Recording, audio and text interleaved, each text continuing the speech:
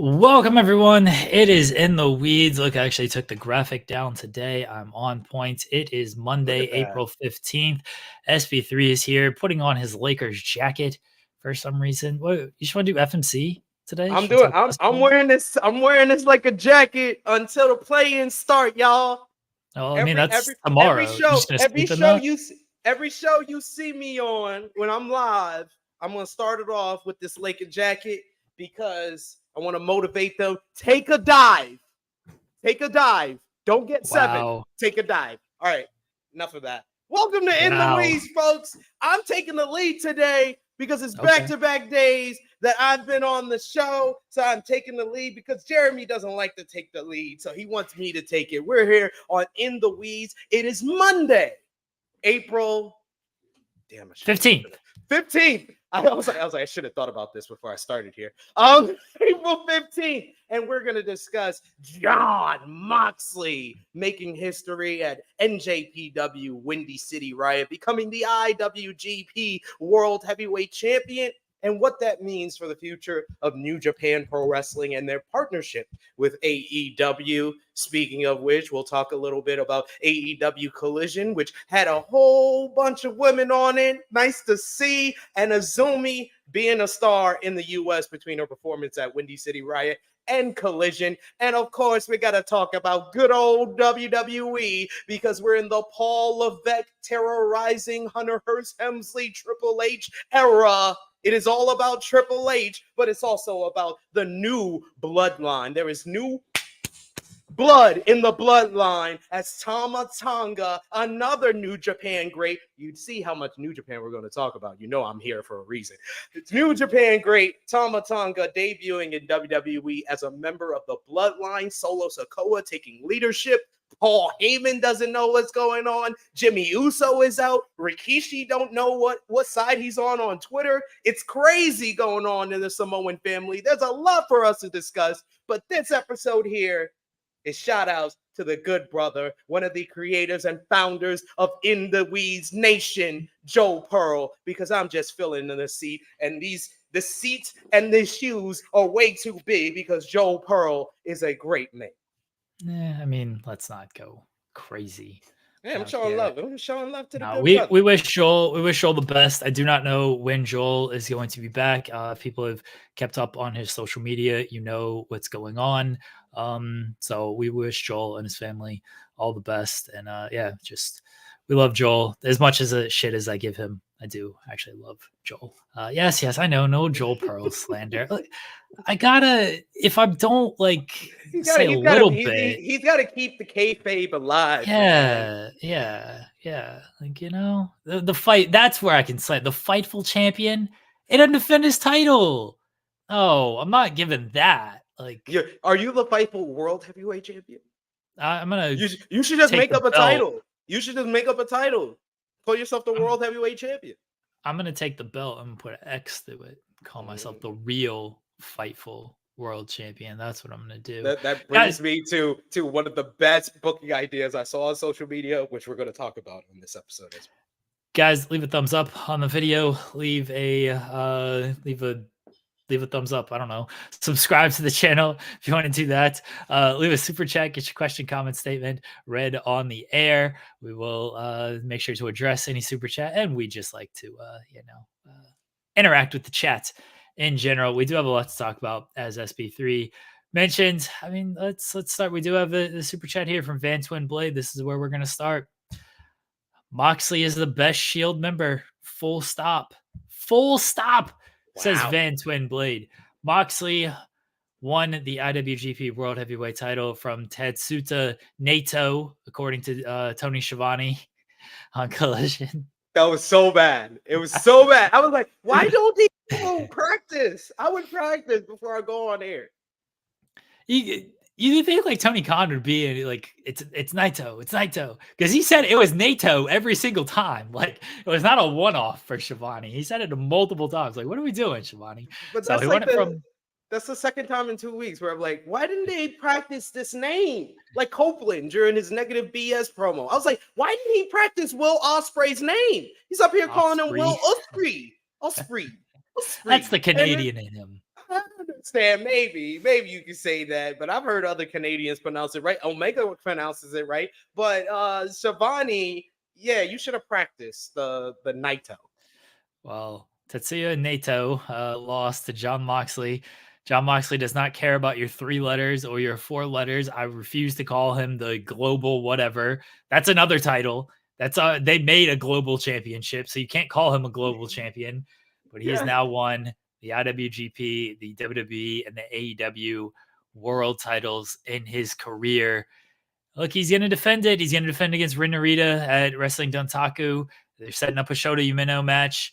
There maybe, I assume he's going to hold that title till Forbidden Door. We talked a little bit about it on Friday. I wasn't completely sold that he was going to win, but then the more promos and stuff that they kept putting out, I was like, if you're going to do this, now's your time to do this. When are you going to get another shot to have someone who has won the WWE, the AEW title, and now the IWGP title? And they went with it. Moxley won. He bled, as everybody expected. Moxley always bleeds, but he won the title, and now he's going to represent New Japan, at least I would imagine, till Forbidden Door. What'd you make of all this, SP3?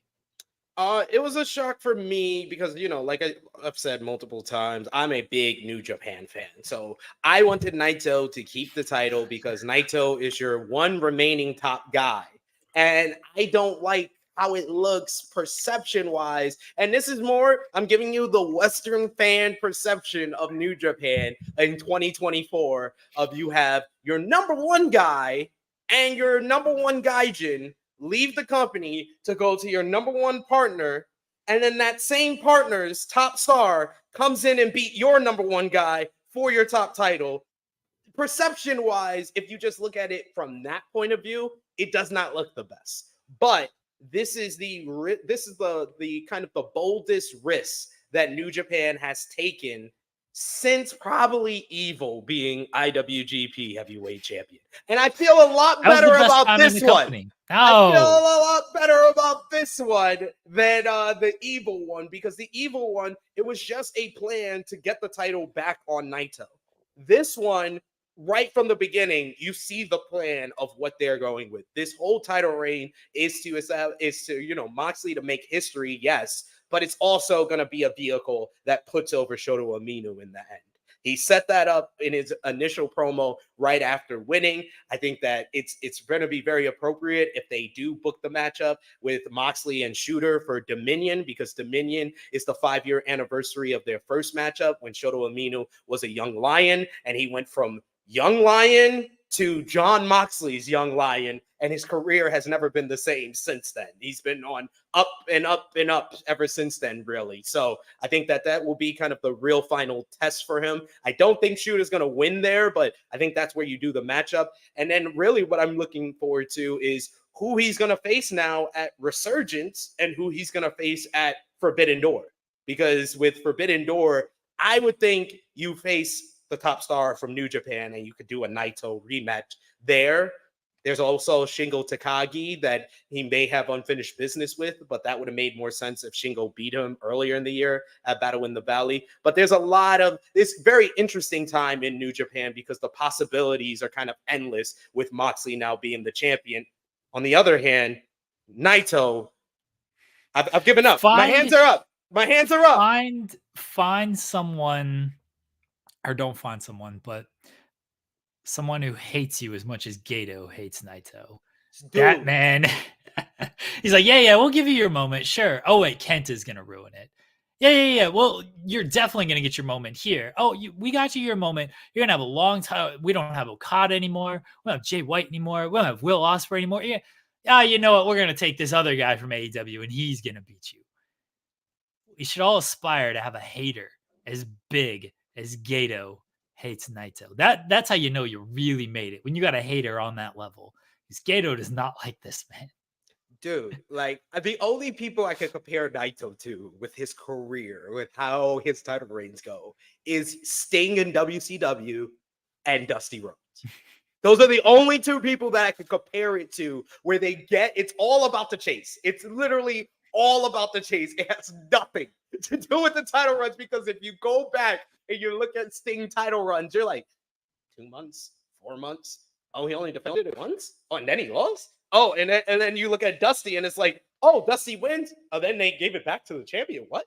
Huh? Like, you look at the history books with both of those guys, it's like, damn, their title runs are always very short. It's all about the chase leading up, and that's Naito. Naito is this generation's of that. Sasha Banks is another good one, while Sullivan. Sasha Banks is another one. It's all about, but even that the chase wasn't even the focus. It's all about the moment of winning the title with Sasha. More or less with Naito, it's like, it's very glaring that it's all about him winning and then immediately losing. I think that Moxley, he's going to face Ren at Dontaku. May 4th. I think he faces Shota at Resurgence. I think that's going to be the Resurgence match. And then you think that's too early? I think you do that at Dominion. I think that it's too much symmetry. It makes too much sense to do it the 5-year anniversary because of what he said in the promo. He said, this is your final test. Your first test was 5 years ago. Your final test 5 years later. Okay. Then who's Resurgence? I can see someone like Zach. Zach has unfinished business with Moxley. They were supposed to first before the pandemic for the IWGP United States Championship.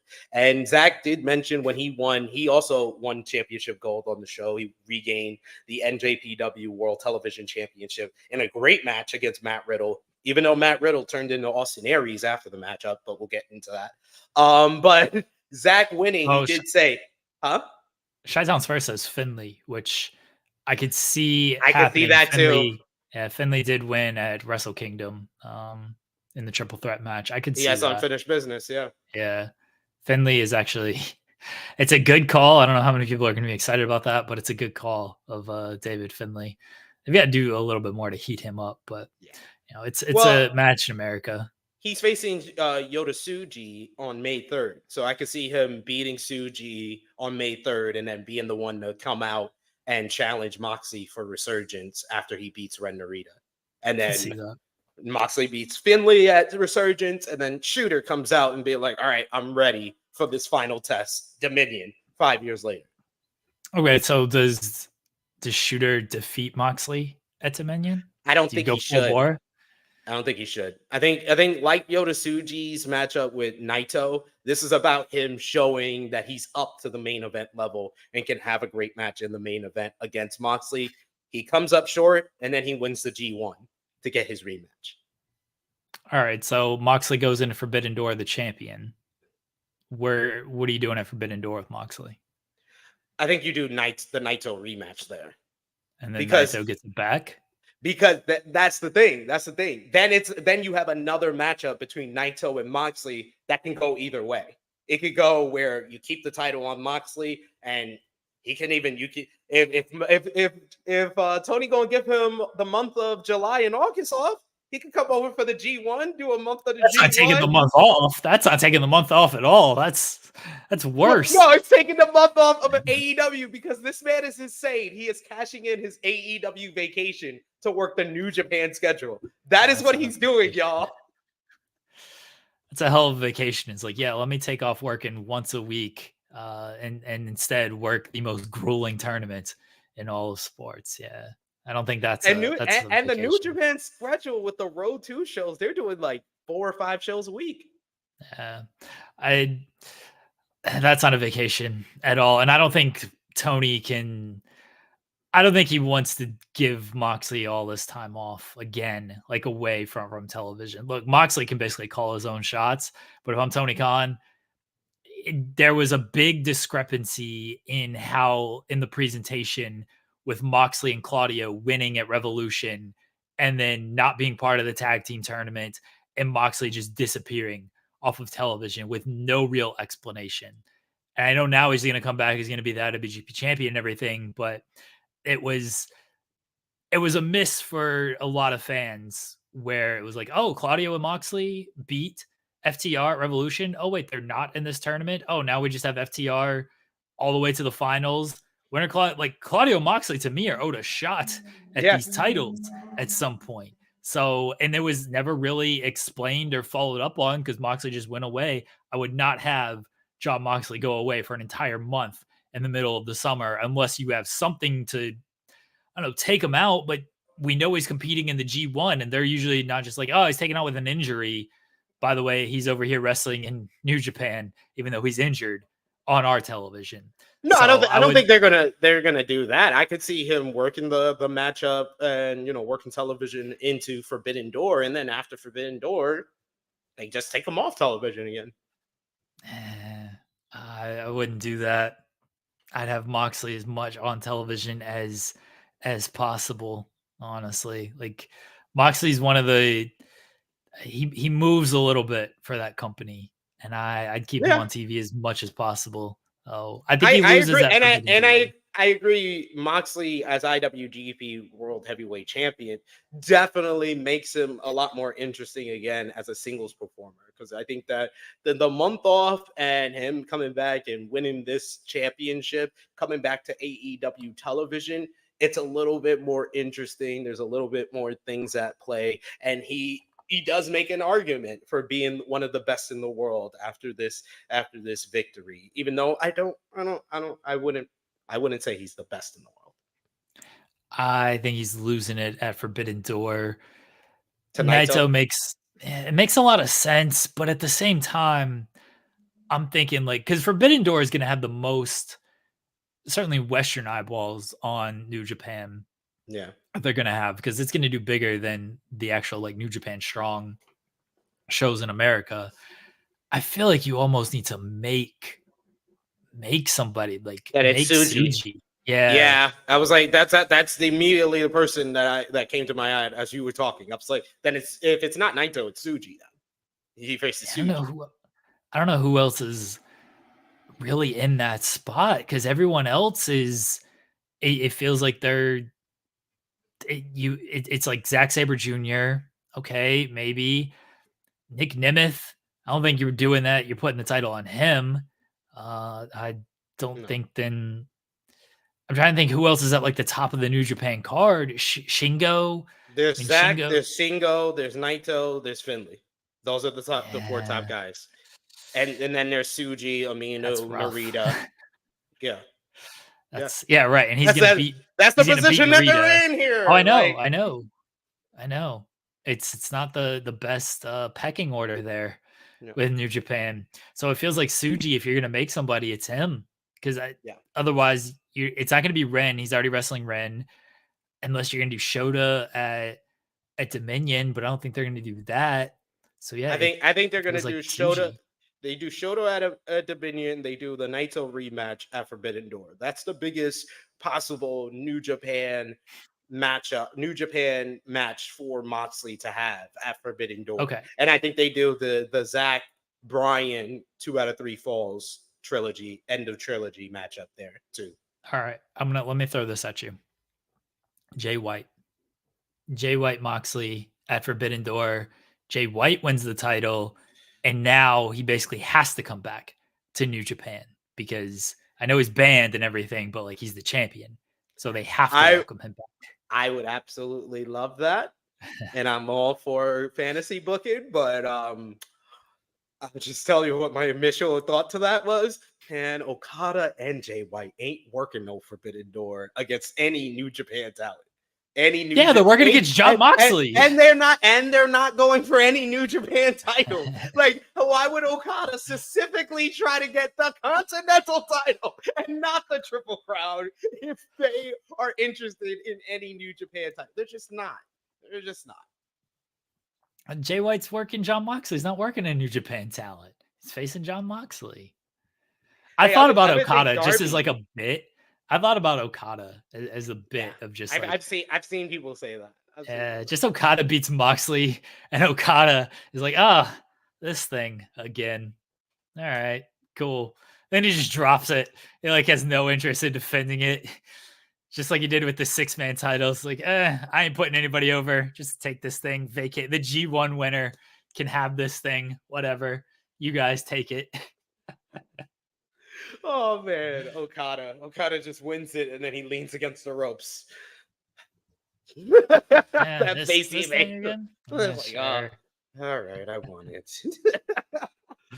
But yeah, I think we kind of have laid out what the potential for Moxley into Forbidden Door, and really like Forbidden Door is where we could be like, okay, if it's gonna end here, that's gonna be the ending point. But if it continues on, then you never know. He can make it all the way to Wrestle Kingdom. I don't know if Jon Moxley that title to Wrestle Kingdom because I don't think he's gonna work the G1. I just don't think he's gonna work the G1. I don't think so either, but I would love it. It's okay. If he's not sending over if he's not sending over Eddie, he can send over John. They're gonna put Wheeler Yuta in the G1, even though he's out right now. That's gonna be his big return, just working the G1. Yeah, I've heard people say that they might set up Moxley for a matchup at Dynasty on Wednesday. I could see that. I don't know who. Takeshita, because the Blackpool Combat Club and Don Callis family shooting. You're gonna beat Takeshita again. That's why I don't want that. I want them to build up Takeshita again before they give him like a big title match. Same. I would like Takeshita to get some victories. That's what I would like as well. People are clearly new in the chat asking if I watch wrestling. Never. Nope. I completely ignore wrestling. Never watched a single second of wrestling in my life. I'm gonna keep throwing these crazy ideas out there because again, people clearly knew.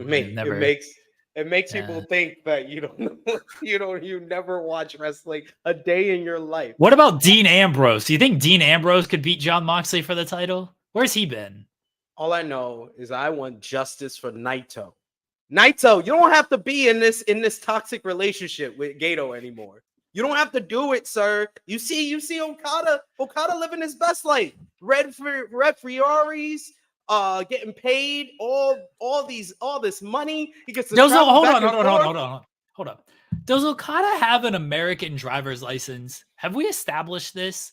He got it pretty quickly. If he did, I feel like someone should do some investigative journalism to see if Okada has his American driver's license. Hey, all I know is that I think that Matthew and Nicholas have some connections with the California DMV, and that's all I've heard. Okay, all right. So, but it's a fake ID though. Jake Wan over here. No, I said connections. I'm not trying to allude to anything. I said connections. All right. That's all. Someone should pull him over. Naito deserves love, y'all. He don't deserve this toxicness in his life. Every time he has something nice in his life, it gets taken away from him. Naito should go to TNA. Yeah, he did well there, right? Did he? He was a part of No Limit. He was in TNA back in like 05, 06 or something, 07. Yeah. He should go to TNA. What if Naito worked ROH? Would Naito? Is there a match for Naito in TNA or ROH that's worthy of shirtless Naito? That's my favorite bit. Is like he's like, yeah, I ain't taking off my shirt for this match. Is there a match worthy of shirtless Naito? Josh Alexander in TNA, he would take off his shirt for. He would take off his shirt for Josh. He would realize he would have his shirt on, and then he would realize, oh nah, he actually wrestling. Alexander would rip the shirt off. I don't know if Naito goes into the match. He rips it off and just chops him. He would take off the shirt for for him. The way things are going, maybe Nemeth in TNA. No. He ain't taking off his shirt for Nick Nemeth in TNA. In Ring of Honor, Athena. Yeah, that'd be great, actually. Athena and MIT versus LIJ. That's what dream match. We booked it. Dream match, y'all.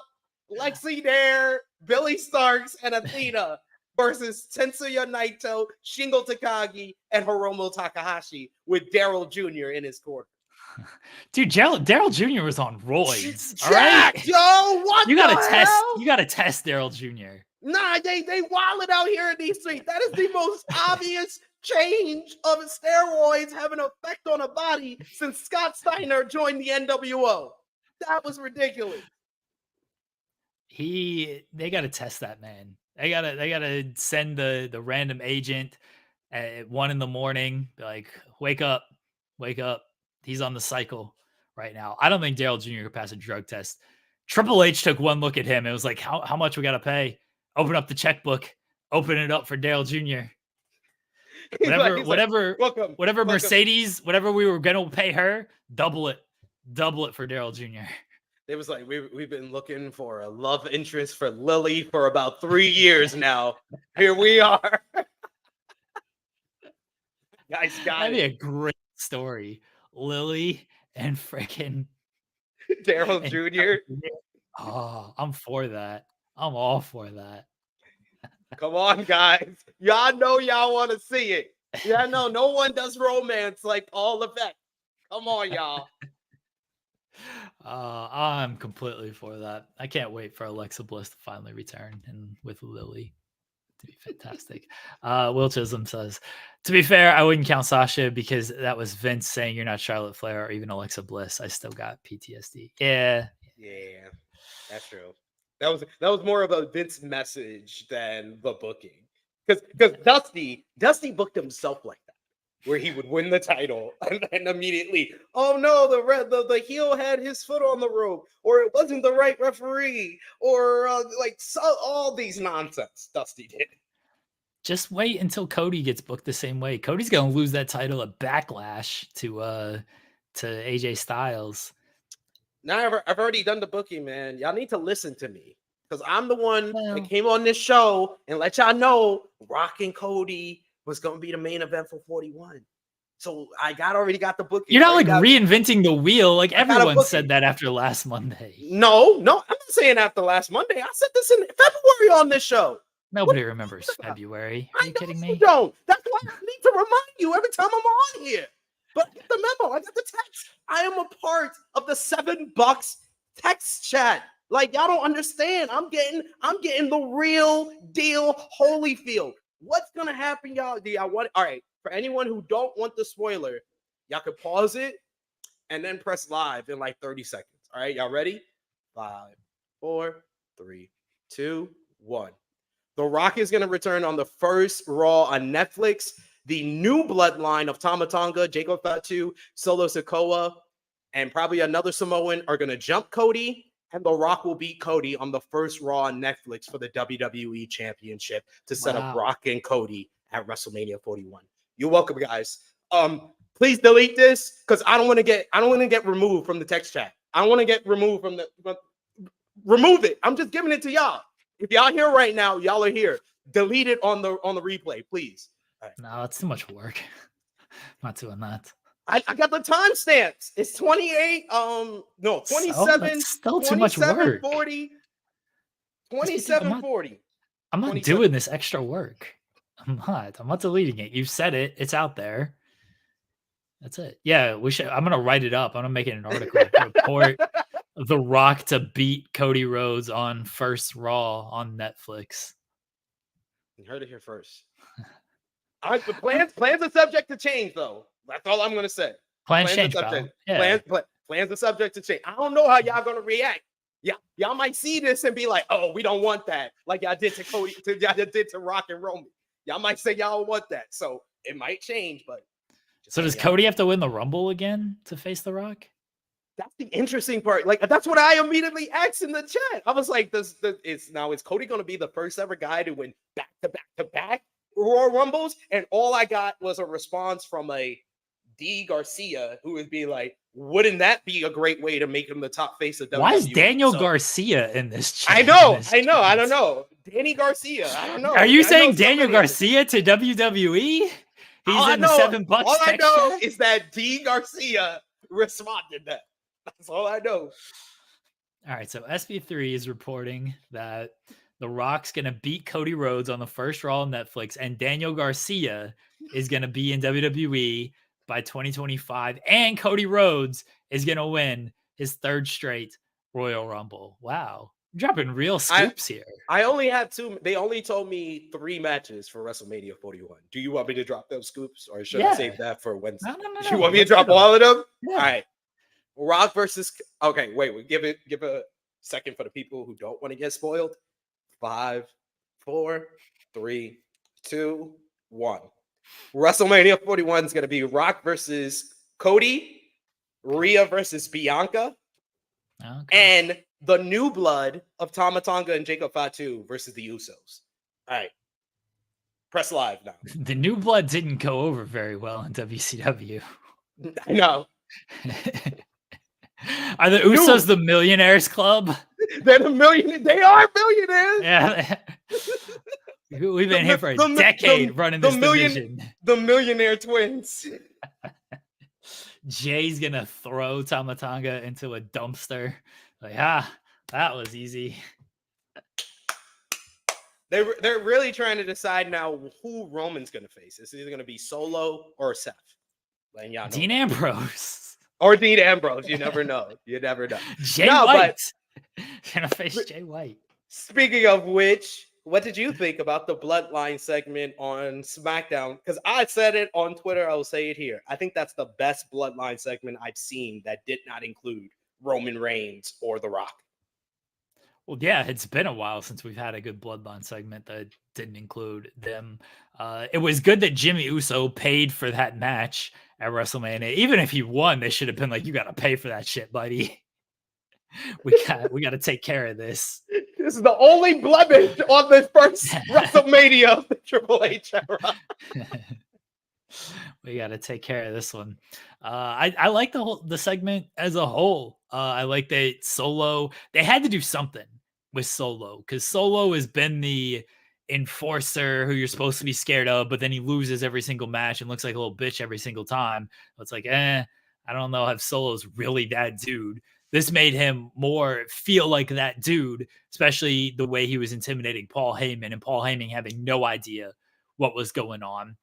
Like, Jimmy is who he is. I said this after the WrestleMania show, is like there was a lot of problems with that match with Jay.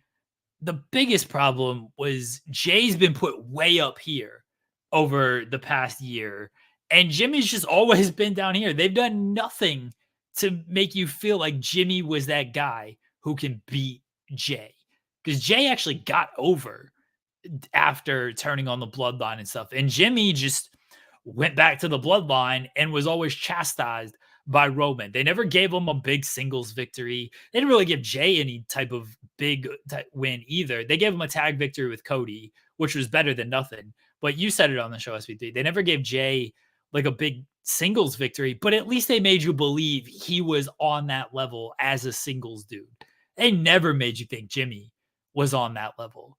So them punking out Jimmy like that made total sense to me. Now we'll see if Jimmy is run off. He goes to Raw. He's got to beg for forgiveness with Jay, where they're going to go with that. I hope if that's the way they go. I hope they take a while with it.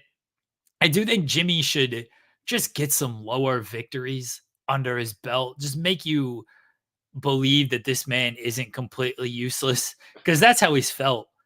He's felt useless. It was like, oh, Jimmy's here. No yeet. Okay. Like, he just got punked out by Roman every single time.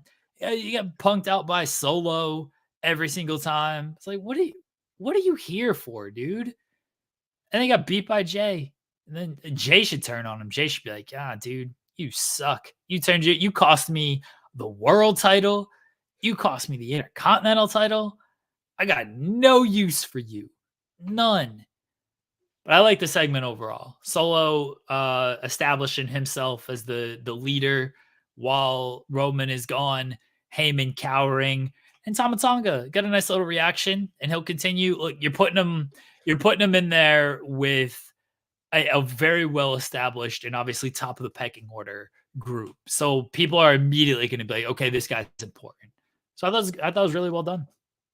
Yeah, I thought it was extremely well done because it was very layered in everything that went down.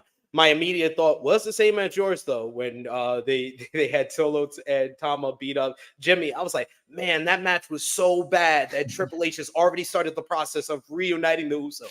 I was like, God damn, it was that bad. I've never seen that quick of a minute that something was bad.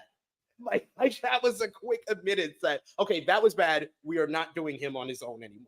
We are going to get him back with his brother. Let's start this process. He's out of the bloodline. I thought Solo was very, very well in basically establishing himself as like the temporary leader role for the group because he looked like he was orchestrating everything, giving out the orders to Tama.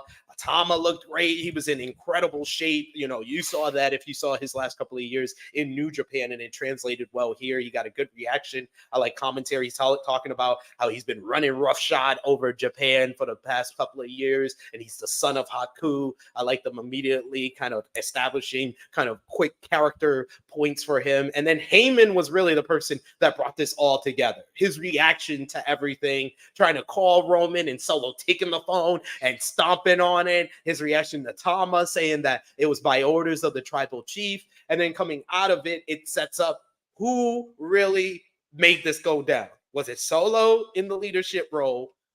It was the tribal chief? Was it really by orders of the tribal chief Roman Reigns?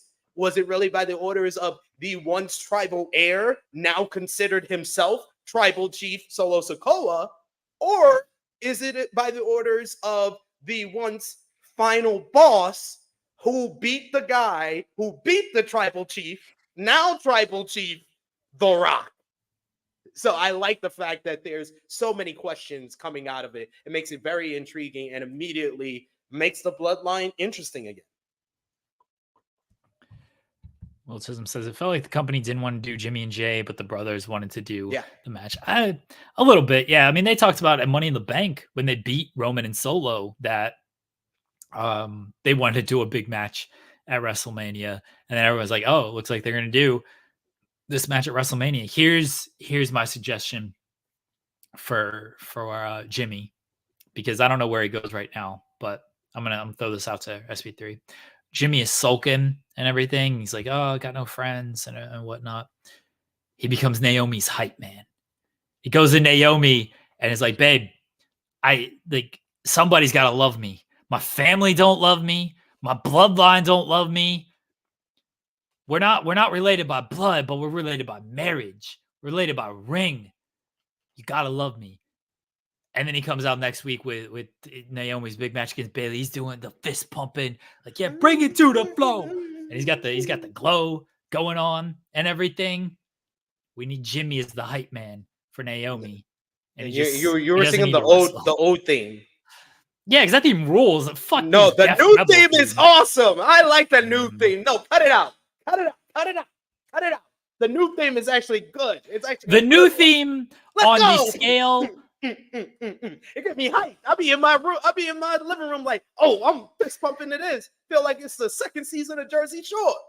The new theme on the Def Rebel scale is very good. But it's very high. It's S tier. It's S tier of the Def Rebel. On Def Rebel, yeah. Yeah. Those themes suck. I can't tell who is who in some of these themes. Like, who the fuck is this? S tier Def Rebel is Naomi's theme, Gunther's theme.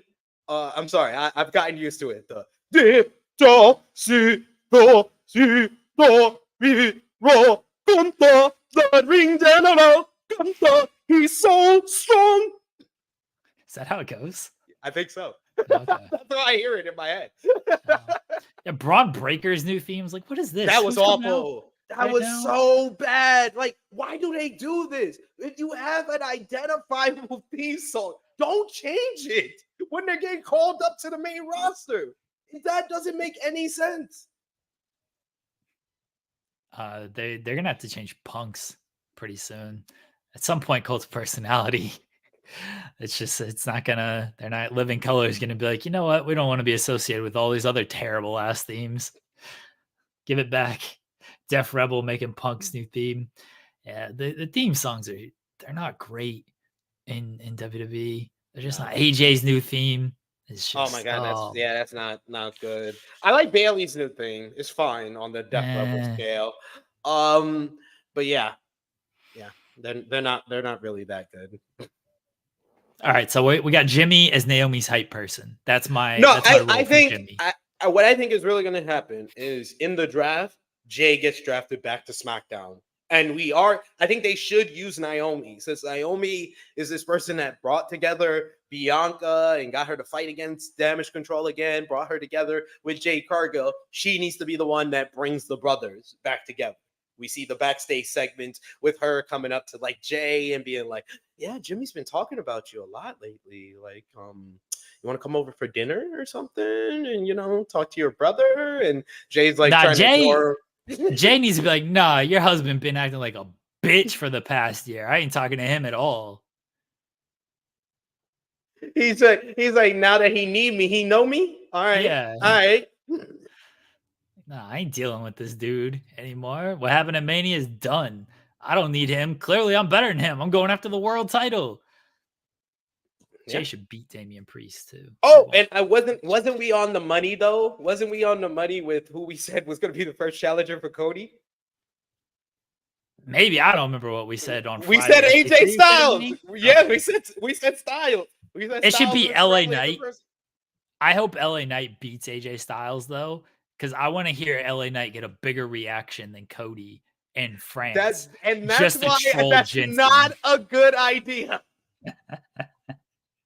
Just to troll Jensen, but you hear those reactions LA Knight's getting? A true baby face, unlike Cody Rhodes, a fake baby face. They should put the title on LA Knight. Jensen's gonna have an aneurysm.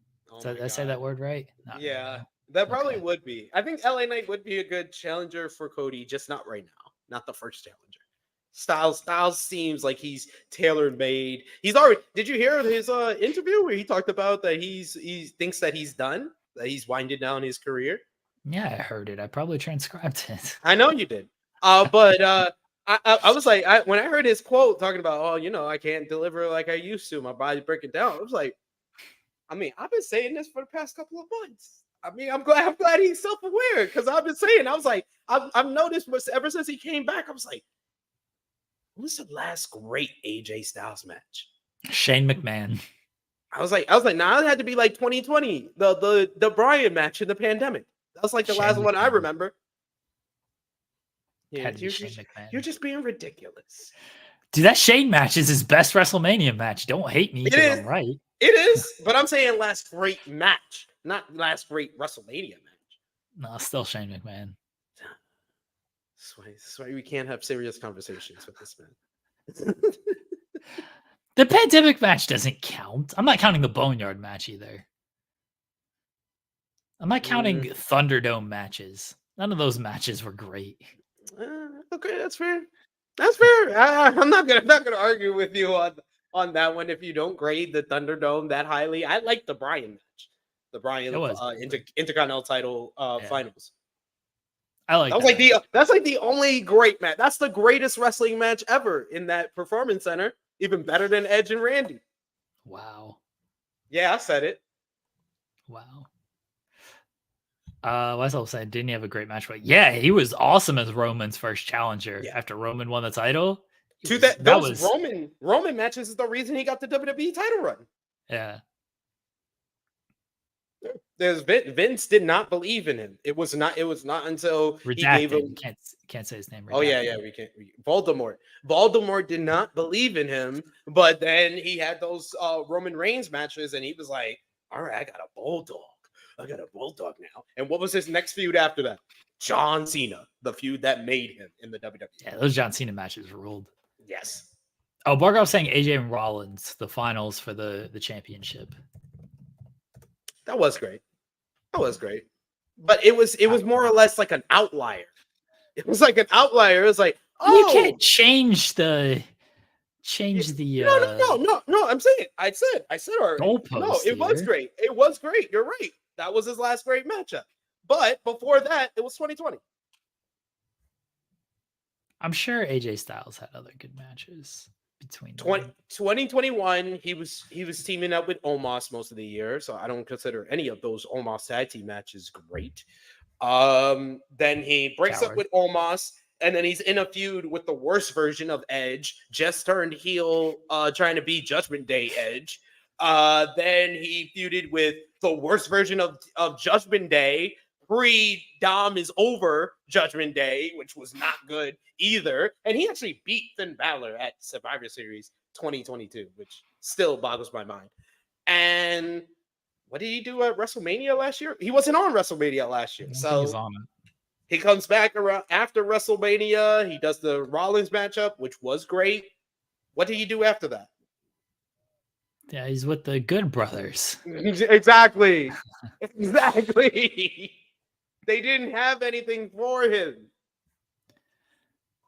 Let me go to Cage Match. Cage Match has not given AJ Styles a match, including the Seth Rollins match, which they gave 7.5 to. He hasn't had a match over 8. Oh, AJ Styles and Sami Zayn in 2022 got 7.97. What match was that? Hold on. I'm genuine. It was on Raw. It was a match on Raw. Okay. It was September 2022. They haven't given an AJ. That's Triple H era, though. So, yeah, that makes sense. The last 8 match AJ Styles got was against Riddle. That was in 2021, September 2021 on Raw. September 2021. That was like right after the feud with Omos and Riddle. I mean, Omos and Styles versus RK Bro. Yeah. And that was right after the pandemic, 2021. That was the last match AJ Styles had that's rated over 8, according to Cage Match, which you should always listen to. Oh, absolutely. Good source. Pause our finish saying Shinsuke and AJ at Mania sucked, but it's memorable. Yeah. But I will say, putting him in the ring with Cody Rhodes right now, when he's the hottest and biggest babyface in the company, we have a chance to get another great AJ Styles matchup. I think those matches are going to be very good, but the problem with AJ matches today is everyone wants him to be like 2005 AJ Styles, and he's obviously not, because people get older, they slow down, they just had some injuries. Like, he just works a different style nowadays. He can't do the athletic things that he used to do. He works way more of a kind of technical striker style. And people are just like not fully used to that. The match on Monday or Friday, by the way, that triple threat match, that was good. Yeah, that was really fun. But like it's just a different AJ Styles. But I actually think this style will work very well with Cody, because Cody, for the most part, is good at selling and eliciting that emotion, and Cody will make things feel bigger and more powerful than a lot of people will when it comes to wrestling AJ Styles. So I actually think they will have a very good match. And you can very much, like, you can already kind of hear the promo work that AJ could potentially tap into, of him being kind of getting the same Cody Rhodes treatment when he came into WWE. It was not that long after his debut. 8 months later, he wins the WWE Championship. I got to the WWE title a lot faster than you, but I was considered the Golden Boy just a couple of years ago. Now you're the Golden Boy, and you could get more of that bitter AJ Styles character that started in the LA Knight feud, in his feud with Cody Rhodes. AJ Styles should make a comment about running from the grind. He's like, you know what? I didn't run from the grind when my contract was coming up. I didn't go elite like you coward, taking this part-time schedule. I stayed here and continued to main event WrestleMania. He didn't actually main event, but have headlining matches. He did main event WrestleMania. Stop it. AJ did? Yeah. Yeah, the Boneyard match. Oh, I forgot about that. I guess that counts. Completely forgot. I know. About the Boneyard match. I went in front of people. Like, I'm not supposed to. Don't matter. Don't matter. No matches in front of people. Moving the goalposts. Moving the goalposts. Fair. He did. No, technically he did. You're right. You're right. Technically, Drew McIntyre, Big Show main evented WrestleMania, not Brock Lesnar. Well, that was the second night. Yeah, that was the second. Yeah, the second night too.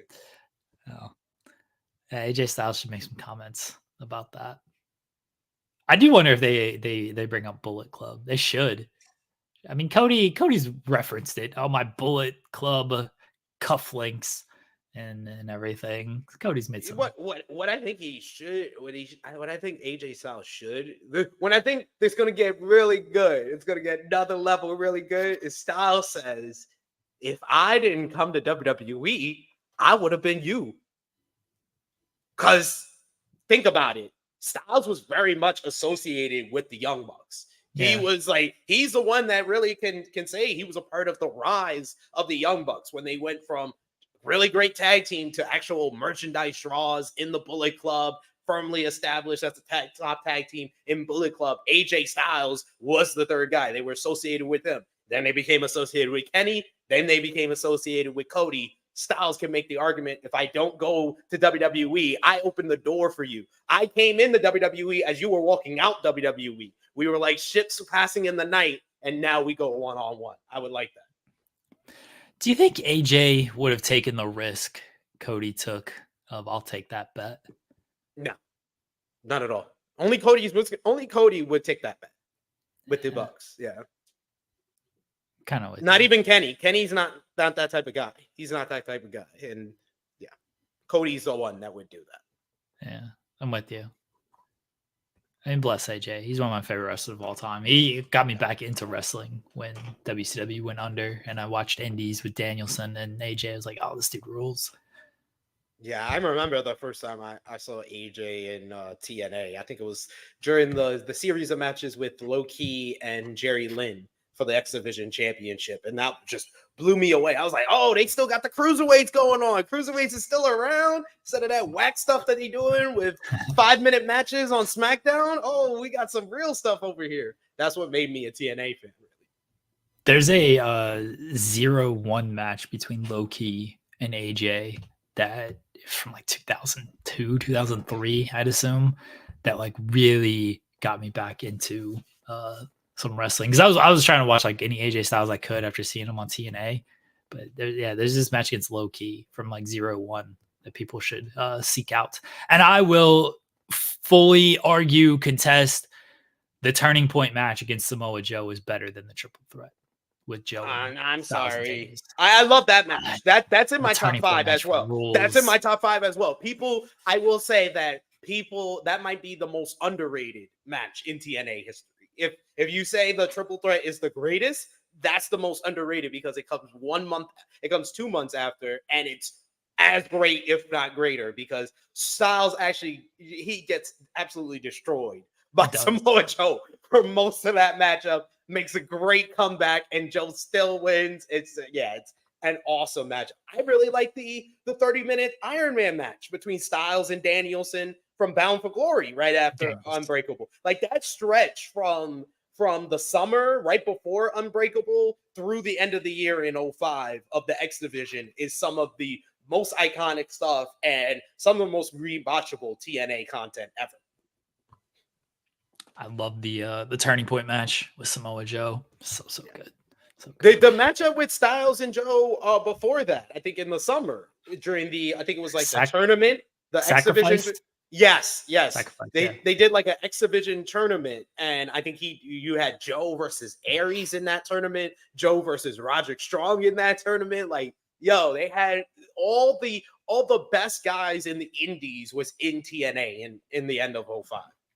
Yeah, 2005 TNA, especially the X Division stuff it was different. It was definitely different. Yeah, that was like killer Samoa Joe. And AJ Styles, like he's still kind of he doesn't bump as much nowadays, but back then when he was made of rubber, like that dude was a bumping machine and just could take an ass kicking. The Ultimate X with Sabin and Petey was in January of 2005. Yeah, that's in January. That's still my favorite Ultimate X.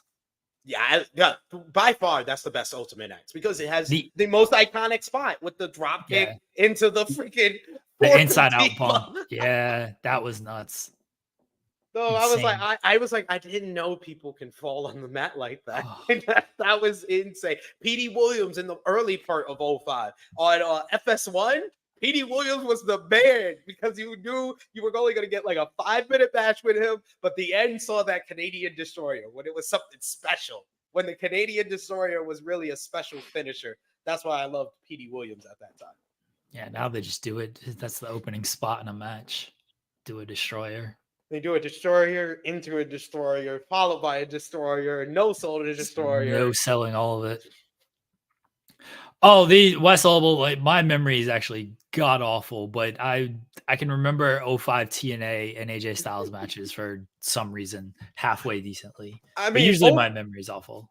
'05 TNA is what made me more of a Ring of Honor fan because I remember I was so into the X Division and all these different stars. Like I said, Aries, Strong, Styles, Joe, Daniels, and ROH put out on their website welcome to ROH roster video that had all these guys with their highlights and their theme songs in Ring of Honor. And I'm like, when the AJ Styles song starts, I'm like, wait, AJ's here?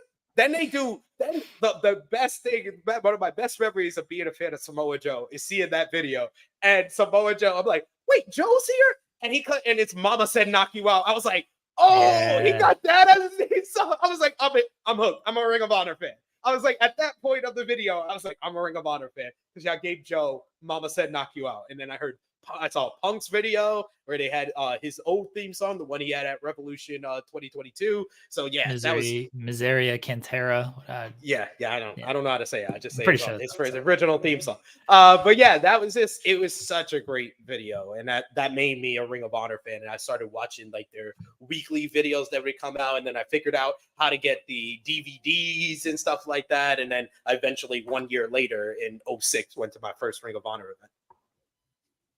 Because TNA never came here back in those days. TNA would come to North Carolina. They'd run some shows in North Carolina. So I'd go to a lot of those shows, which was always fun. Van Twin Blade says, inject Mustafa Ali winning Best of Super Juniors into my vein. He's got to be in it first before you can inject it. They've already announced the lineup and he's not in it. But Yo was injured following the announcement of the lineup. I don't know if Yo is healthy enough to be a part of Best Super Juniors or they're on the wait and see approach. But god damn, that promo that Mustafa Ali cut, if that didn't convince you that he needs to be in the Best Super Juniors, then damn, he just put his whole soul into that. I do wonder why he wasn't part of it. I don't know if he wasn't asked or what it was, but yeah, after that promo, you're thinking like, why didn't you ask this guy if you didn't? Because he certainly made his case of why he should be in it. And maybe he was asked and he couldn't do it for whatever reason. But I thought about it logically in the way of like, because the big omissions were him, in my opinion, and Speedball Mike Bailey, because I felt like Speedball was the MVP of last year's tournament. But I just thought about it logistically. Speedball and Mustafa Ali are probably the most like sought after and like wrestled the most places than any wrestlers in the world. So in a 2-3 week period that is the Best of Super Juniors, Speedball can get money from an Impact Wrestling, from a Prestige Wrestling, from a GCW, from this and that and this and other place. That is going to be more money than what New Japan would probably be offering for the Best of Super Juniors. So I understand if a Speedball or Ali, if that's their reasoning, why they're not in the tournament. For Ali, I think maybe the bigger reason might be like he hadn't taken any L's since being on the That is true. And so I do wonder of like, yeah, I don't feel like losing this random match to I don't know, Doki. Yeah. Doki's about to challenge for the title, so maybe that wasn't the best example. But like, no, actually, he's not. Didn't Kosei Fujita, my boy, Ichiban Sweet Boy? No, Doki's challenging for the junior heavyweight title. Oh yeah, you're right. Yeah, I'm actually up to that match on Wrestling World. I just actually started watching that. Spoiler alert: Doki wins. I know you ruined it. Okay. I wanted Ichiban Sweet Boy Kosei Fujita to win that one, but yeah, Doki's a good challenger though. I like Doki. He's improved a lot from when he first came in to New Japan, where his name was just a joke to us New Japan Western fans. Dookie, yeah. Vincent Blade says, "You people argue about glass when Gaza is happening. Call them out, Ali. It was so good. It was so good. When there's a genocide happening, I love the pause after he said, "When there's a genocide happening." But I was like, oh, I was like, get him. He was like, how are you going to have a tournament called the Best of the Super Juniors without the best Super Junior being there? So He's right. Again, maybe he does replace Yo. Maybe he does replace Yo. And I hope so. they go that direction. But he should have. I don't know if he was asked, but if he wasn't, that was a mistake on New Japan's part. They should have asked him. He had a good match with Hiromu. I think that they rushed to the finish though because of the Tope Suicida spot where he freaking cracks his head on the barricade and immediately he was leaking. Well, he was on our show last week and he's like, nobody's able to get a scratch on me, untouched. He needs to come back and be like that barricade got you though. No wrestler could get you, but that barricade got you. I'm gonna see if I could get some time with Ali. I'll ask him. I'll be like, "How was that barricade?" Yeah, that barricade definitely got his ass. That was a good show, Windy City Riot. We'll circle back to that, but I will say, baffling, the Jack Perry stuff, baffling to me, dude. I Perry. I watched that entrance and I was like, "Did the footage work?" I've never seen that. Like, I went from a guy I literally would have put out this argument. Is the best decision of Jack Perry's career saying Real Glass, Crimea River? It may be because before that, he was a very boring heel. Remember that first promo he did after he turned on Hook? Yeah. No charisma. There was no charisma. It felt like he was just reading lines.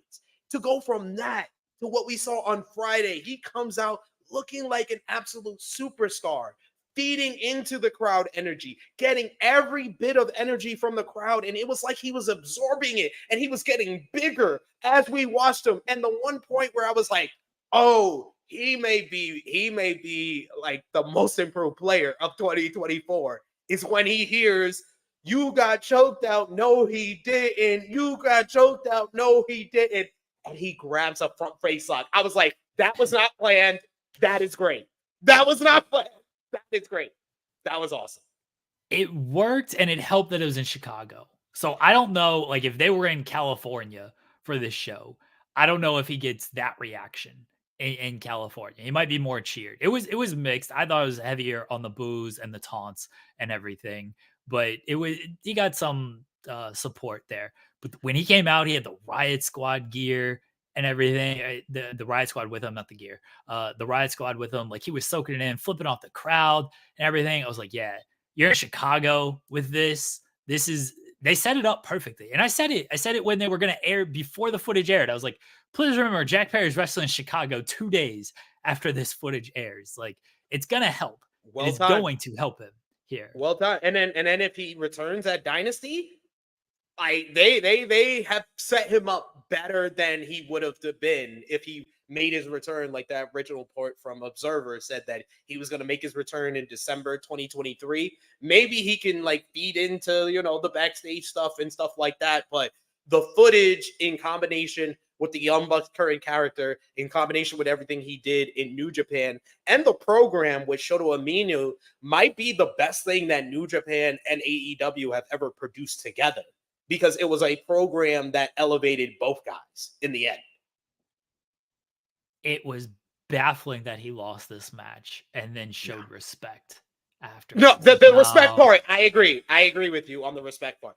I think that he should have lost because they should have called an audible on that shit. You gotta have Aminu get over in this, especially if the plan is the Moxley title to be eventually transition to him. He had to get 1-1 in this feud. You can always revisit the feud, but the respect part, the handshake part, I didn't think they needed that. Okay, you know what? You call an audible and someone runs down a glass bottle down there and he hits Shota with the glass bottle, then I would not have had Jack Perry lose this match and get pinned in this after the reaction he was getting. And I definitely would not have done the respect part afterwards. That was more baffling than losing, but I wouldn't have had him lose. I would have had him win with the go to sleep.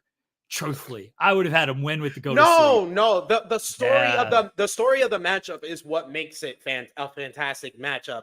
In that Jack Perry didn't lose to Shota Umino. He lost to Chicago because that became his matchup. That became his focus. He was too focused on playing the hits and doing all the punk spot that it cost him in the end. That was a great story, a fantastic story. Puts over Shota Umino in the end, and it shows that his growth. Both guys come out of this whole feud looking like $1,000,000, looking like they've both been elevated because Jack Perry is now an established, interesting heel who feeds into the crowd and showing great instincts, while Shota Umino has shown his growth and showed that he can overcome the House of Torture in a way. I think that both guys got elevated. The only thing not needed, if you want to nitpick anything, you don't need Jack Perry, the #1 heel in Chicago, to shake anybody's hand at the end. I know he tried to make it better with the middle finger, but you don't even need that. He was shaking hands on his way to the back. And he also did that as well. But I think that was hot. That was kind of him. I think once he shook hands with Shota Umino, it was kind of like a whole, like, the mask went down. And he was like relieved. He was like, all right, this is over. All right, cool. Y'all are happy with me now. He's like, all right, let me just shake all these hands. But I didn't need that part of it. But I think that the booking as far as who won, that was perfect. I was way more upset with the show of respect after the match. Like, don't do a show. You just got booed this much. I would, if Shota wants to extend his hand, I would have Jack Perry flip them off and then just leave off of that. I would not. It's would just not a have had New Jack Perry Japan babyface things. Yeah, it's just a New Japan trope of like that's the signal that the feud is over. Basically, that's what that, as a New Japan fan, that's what I took that as oh, that was their way of saying, okay, this feud is over. But I didn't need that. I didn't need that. I could have just had Jack leave. Because he's gonna come back to AEW. He's gonna be the heel. He's gonna be, he's gonna side with the elite. He's gonna play a heel. I'm not saying this like ruins his heel character or anything. It's just an unnecessary part. How they can tie the bow on it though is that handshake is the reason why he's kicked out of House of Torture, to completely write him off. That's how you face thing though. But yeah, it is a babyface thing that he did. But I'm saying how you can save it and make it make sense of why you did it is by New Japan. I'm not about complaining about the decisions of companies. I just try to figure out a way to make it fix. I did with the footage. My footage thing was Jack Perry now has to return at Dynasty. With this one, it's now Jack Perry has to be kicked out of the House of Torture by Evil because he should. I think that baby faces him too much. Jack getting kicked out of House of Torture, because that baby faces him in NJPW, not in AEW. Here's what I would do. I would have the elite try to explain this. I'd have Matthew and Nicholas be like, you see, Jack is a nice, respectful kid. He had that, he had the big match against Shota. He attacked Shota, blah, blah, blah. He lost. He's a respectful young man. And only people who have a problem, have something up their ass, have a problem with the Jack Perry. That's what I would do. I wouldn't try to babyface him further by having House of Torture show up. I would try to I'm not talking about AEW. I know, but that still babyfaces him. Like he's done in New Japan. It's not about babyfacing. It still babyfaces him though, SP3. But it babyfaces him in another company. But it's unnecessary. No, it's unnecessary. No, it is necessary because you have. Why is Jack still part of House of Torture when he's about to join the elite? Yeah, so. No, he's just not part of House of. What Will Ospreay? That's confusing for people who watch it. Will Ospreay is over here saying he's United Empire, but also Don Callis family and everything. How's it confusing for people? You can't say it's confusing for people, by the way, in that he's part of House of Torture, but also the elite, but it only babyfaces him in New Japan, but not AEW. You're basically saying that the fan base is separate for one issue, but not separate for another issue. That's what you're saying. No, I'm saying I would like some acknowledgement for us that watch both products that you have to tie a bow on his connection to the House of Torture. The bow is when he goes over there, he's still friends with House of Torture. If he goes over there, and if not, he's not. What I'm really trying to say, you want the truth, Jeremy? I don't want Jack to be friends with these people. Yeah, these people are toxic. These people hang out in the back of a Rite Aid and smoke cigarettes all day. That's evil. That's Yujiro Takahashi. That's Show. I don't want him associated with Dick Togo. I don't want dick-to-dick contact. I don't want any of that. Jack is a good kid, and he deserves to be with the EVPs and the Ferrari driving ace of AEW, not with the chumps of New Japan Pro Wrestling. Well, he will be. But I don't think you need to jump him out of the group. You just have the Elite cut a promo. Be like, he is a good kid. You know, he doesn't have issues with anybody. You saw it. You saw it with Shota. He gave Shota his respect because Shota is also a respectful young man who has an issue with Jack Perry. Punks. That too. But no, I will say that that entrance and Windy City Riot overall just made me be like, okay, it wasn't the footage, airing the footage wasn't as bad as I thought. We'll keep it on ear of how I feel day to day afterwards with how Jack Perry is used moving forward. But I did see the path of how Jack can use the footage and it elevates him. So yeah, he's gonna raise the briefcase at, I guess, the titles. He's gonna raise the titles at Dynasty. The best booking idea I saw is that he helps the Bucks win. He becomes the new Hangman of the Elite, and at Double or Nothing, he's going for the AEW World Championship against Swerve Strickland, and he steals the title and puts an X on it and calls himself the real World Champion. I'm sorry. I saw that on social media. I'm sorry I can't shout out who came up with that idea, but that was a brilliant idea. I'm for it. I'm for it. Keep the nonsense going. I'm for it. I like that idea. I mean, people are just gonna be like, "Oh, it's a Punk trope." I don't know about that. I get it, but I don't know. Now that I think about it, since you just presented it to me, I don't know if that's all necessary. Yeah, I'm kind of with Chi-Town Spurs is like, you don't need to make too many references to CM Punk. I don't know if Jack Perry. My original idea was Jack Perry should be the one to beat Adam Copeland because Adam Copeland is going to get involved in this story. FTR is involved in the story. Adam Copeland already put the tease when the Bucks attacked Sting earlier this year that he's going to come at. He's going to have some interaction with the Young Bucks. So I think it's going to lead to like rated FTR versus the Bucks and Jack Perry coming out of Dynasty. Eventually, I hope that leads to Copeland losing to Jack Perry for the TNT championship. Because it's only appropriate that the man that beat his father, then the son has to get back the gold and bring it to the family. That's unfortunate that Adam Copeland's going to be involved with a lot of this stuff. I do like that the Bucks and FTR is now a ladder match because I don't want to say it. Say it. Go ahead. Just say it. Get it out your system. I don't want to say it. No, I did like the addition of the ladder match because I'm sorry. Like when tag teams face that many times, I feel like you do need a stipulation. I thought that FTR versus BCC at Revolution deserved the stipulation.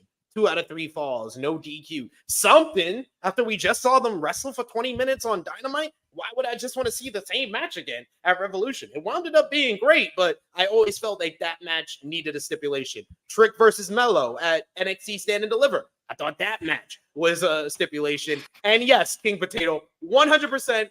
I can tell you word for word what I put in the True Hill Heat group chat when I shared this post. When I shared the post of the ladder match, I said, Dax to TK. Okay, Tony, we'll put over the Bucks, but they can't pin or submit us. Punk has stopped returning our calls and texts since Wednesday.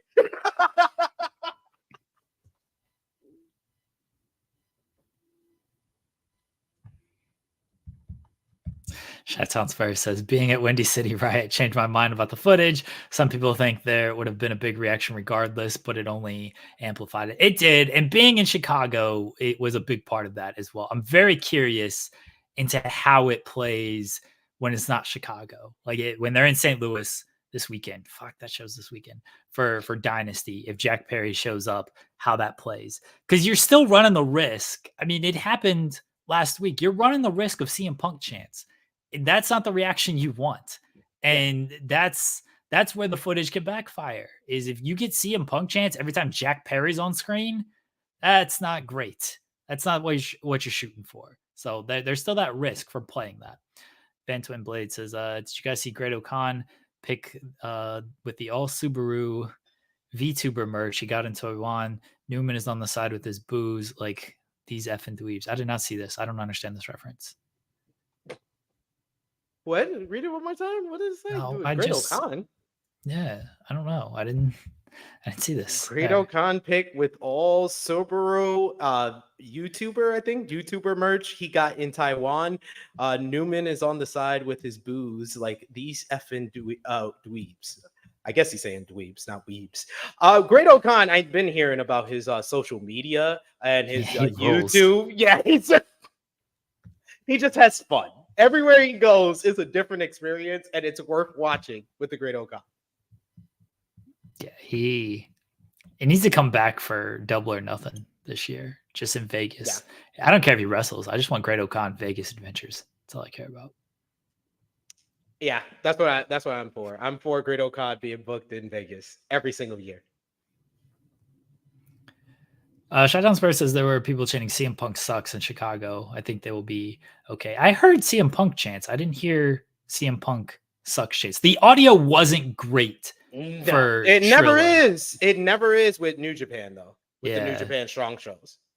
Yeah, the audio was not great. So I heard the CM Punk chants like before the match because they did like the wide shot of the crowd, then you could see the graphic up on the screen there, and I could hear CM Punk chants, but the audio wasn't the best on there. Again, you're still okay. Like I people there saying they were CM Punk sucks chants. I get it. I completely, I believe you guys who were there. So, like, if you got that in Chicago, then you can get that elsewhere. But I still think there was CM Punk sucks. There was CM Punk sucks chanting at All Out 2023, All Out 2022. Yeah. Like, yeah, that happens in Chicago. Like, believe it or not, it's not 100%. Everyone loves CM Punk in Chicago. No, like I get it. Then people might chant CM Punk sucks, but you still don't really want. I don't think you want any type of CM Punk chant. Whether it's CM Punk or then somebody adding the part of the crowd adding sucks to that, you don't want someone or the crowd, even if it's CM Punk sucks, chanting for another wrestler. That's what people always say of like with the "This is awesome" chant. Wrestlers are like, okay, cool, you did something awesome, but like they're not chanting for you. They're just chanting for like cool moves that you're doing. Like a "This is awesome" chant is the most hollow chant. I guess it's always justified, but wrestlers will say like it's a very hollow chant because it's like, okay, cool, you did like a cool move. Like you want them actually chanting for you, or at least if they're chanting like for the brand, that's at least something as well. But like just "This is awesome," they chant "This is awesome" at like fucking everything. Yeah. That is true. Like the reason why I thought that the segment on Dynamite didn't work is because you got CM Punk chants. You were the only company that didn't get CM Punk chants after he left the company, and then you did because you did that segment. So that's why I said it was an L on the night. But I mean, the follow up, I think that this can be something that could benefit Jack Perry. It could benefit the Young Bucks and their EVP characters as well as the Elite. So. I'm for it there. If they use it for that, then we're fine. Yeah, we'll see what they do. I mean, he'll join up with the Elite. I assume as early as Sunday at Dynasty. I don't think he's going to be on television this week, but I think as early as Dynasty, he'll show up. We got the Elite, Bucks, and Okada versus Danny Garcia, Penta, and Pac on Wednesday. Which he's taking the loss in that match. Penta, obviously. Yeah. I'm sorry, Penta, but you drew the short straw here, sir. We got the number one contenders, or one half of the number one contenders for the tag team titles, and the Continental Champion on the other team. Yeah, your team is losing. And Garcia, we're pushing. Pac has a match on Sunday. Yeah, Shine Spurs, I said I could see Okada pinning Garcia. Maybe. Garcia is second on the pecking order to be pinned, but Yeah. they are trying to reheat him up a little bit Yeah. after the victory. I think that this whole him being in this matchup is an indication that he may be next for Okada after Pac. That'll be good. That would Yeah. be good. I want Garcia to succeed. I want him to do well. I just don't know. Like he's just. It doesn't feel like they're just ready to go full bore with him. No. Like they had some opportunities and they just didn't. They just didn't go full bore. And that's now new people keep coming in, and it's like, all right, when is Garcia up? And I just don't know when it's going to be. He just has to kind of stay the course. I think that they can find a story where he can regain momentum, but he was definitely hurt by losing the Christian match at Revolution because he was on a momentum high coming out of the Continental Classic and then the really good TV program with House of Black with FTR, and then into the Christian title program. He was on a momentum of going up and up and up. And then that loss kind of seemed to have taken him back down to building up again. Yeah. Yeah. Victor saying, can you guys specifically explain why those chants are bad? Assuming you mean the CM Punk chants. I just don't think it's good when you're getting chants for a wrestler on another promotion. Yeah. Getting those chants in your company when you didn't have to. This is not like, some people said it was the "you screwed Brett" chants. Like, all right, well, the "you screwed Brett" chant, they did it.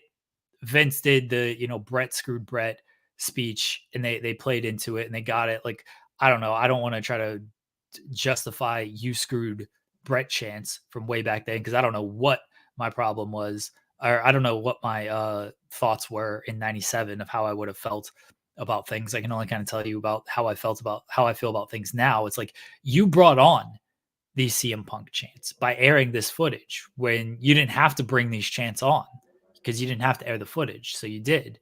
That's it. That's why I just don't think it's a great look to get CM Punk chants. And you can't build towards the match. You can't pay off the match. So to kind of specifically explain it in this situation, I would have to compare it to the last time we heard CM Punk chants with the promotion where he left, 2014 with WWE. It wasn't just yelling and chanting CM Punk because they want to see CM Punk back. It was yelling and chanting CM Punk because we were specifically rejecting what we were getting and we rather CM Punk.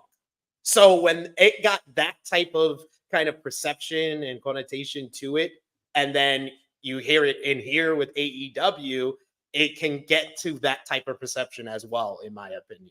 And you don't want that when it wasn't there already. Like with WWE, there was nothing that they could do. CM Punk left, the fans started chanting, and then it grew and grew and grew. This was something where CM Punk left and he was out of the company, and no fans were chanting for him. They enjoyed what they were getting. And then you gave them a reason to chant CM Punk. And now CM Punk works with an entirely different company. So if there's someone at home, say a casual fan, who's just watching AEW, and then the fans chant CM Punk, that fan's going to maybe might think, hey, where is CM Punk? Let me go check out that instead of watching this. Oh, I think everybody who watches AEW probably knows where CM Punk actually is. Why is it bad? I feel like we explained why it's bad. I just don't think it's good to have any type of chant that's not for your company on your television. That's what it boils down to. Yeah, pretty much. My opinion. Pretty much. Like, you don't have CM Punk. He works for another company, and he's getting chanted on you. It's bad. Yeah, like that's where I boil it down to this. I don't know if you go to a Lakers and Clippers game and you show up in a Spurs jersey, I think that's bad. Spurs aren't playing. Get Spurs chant. Get Wembanyama chants. Just like in my opinion, I felt like Triple H's comments on the Pat McAfee show was bad because it's WrestleMania week. You should be talking about WWE and WrestleMania. Why are you so upset that he said that he'd rather work less dates and make more money? Why is he afraid of the grind? Why do you have to throw a jab at somebody when you should be talking about WrestleMania? That's also bad, in my opinion. That's punching down. Yeah, WWE likes to punch down when they can. Mhm. Yeah. I'm for those shots. Those shots that aren't on television and stuff. Like I'm for all that. You want to take Yeah. shots on social media? You want to take shots in interviews? Go for it. Yeah. I'm all for it. Yeah, Victor, it's fine if you don't see it, if you don't think it's bad, that's totally fine. But you when you ask us the same question again, like you're not understanding why it's bad, that's different. If you don't think it's bad, that's fine. If you don't understand what we're saying of why it's bad, then that's different. King Potato saying WrestleMania week could have been called All In Week with how much AEW is mentioned. Let's not overstate how often AEW is actually mentioned. It was not that much. It was a lot more than I thought it would be, but it wasn't that. It was like 3 or 4 shots. And I mean, if you want to count the Punk interview, then sure, we got plenty of it. But you know, McAfee took the attendance shot, Triple H took the grind shot, Michael Cole took a couple of, but like when you account for how much actual media was done during WrestleMania week, we think it was a lot because we're online and that gets a lot of coverage. Like it just does. Like, you know, everybody, when stuff like that happens, that's all anybody wants to talk about. No matter what, like Becky Lynch did more media than AEW got coverage overall for WrestleMania week. Just Becky on her own. And then funny enough, to your point, is that Becky was talking and did so many different quotes. What was the quote I saw the most personally on my timeline? Her responding to Mercedes Moné's contract. That was the one I saw a bunch of times. It's like, yeah, that's how it works. Like if an AEW interview happens, what's the quote you're most likely going to see? If an AEW wrestler mentions anything WWE, like that's how the news cycle is now. Yeah, that's just, again, but we are in a bubble of things when it comes to this because we are online and you know, for the most part, the people who are not online, they're not paying attention to a lot of this stuff. They're just not. No, it's not a big deal. I know King Potato. King Potato's always here. You hung out with Phil at Windy City Riot. I saw that picture. Oh, sweet. Sweet. That's what's up, man. King Potato, a real one. I see him in the chat all the time over on Trio Heat too.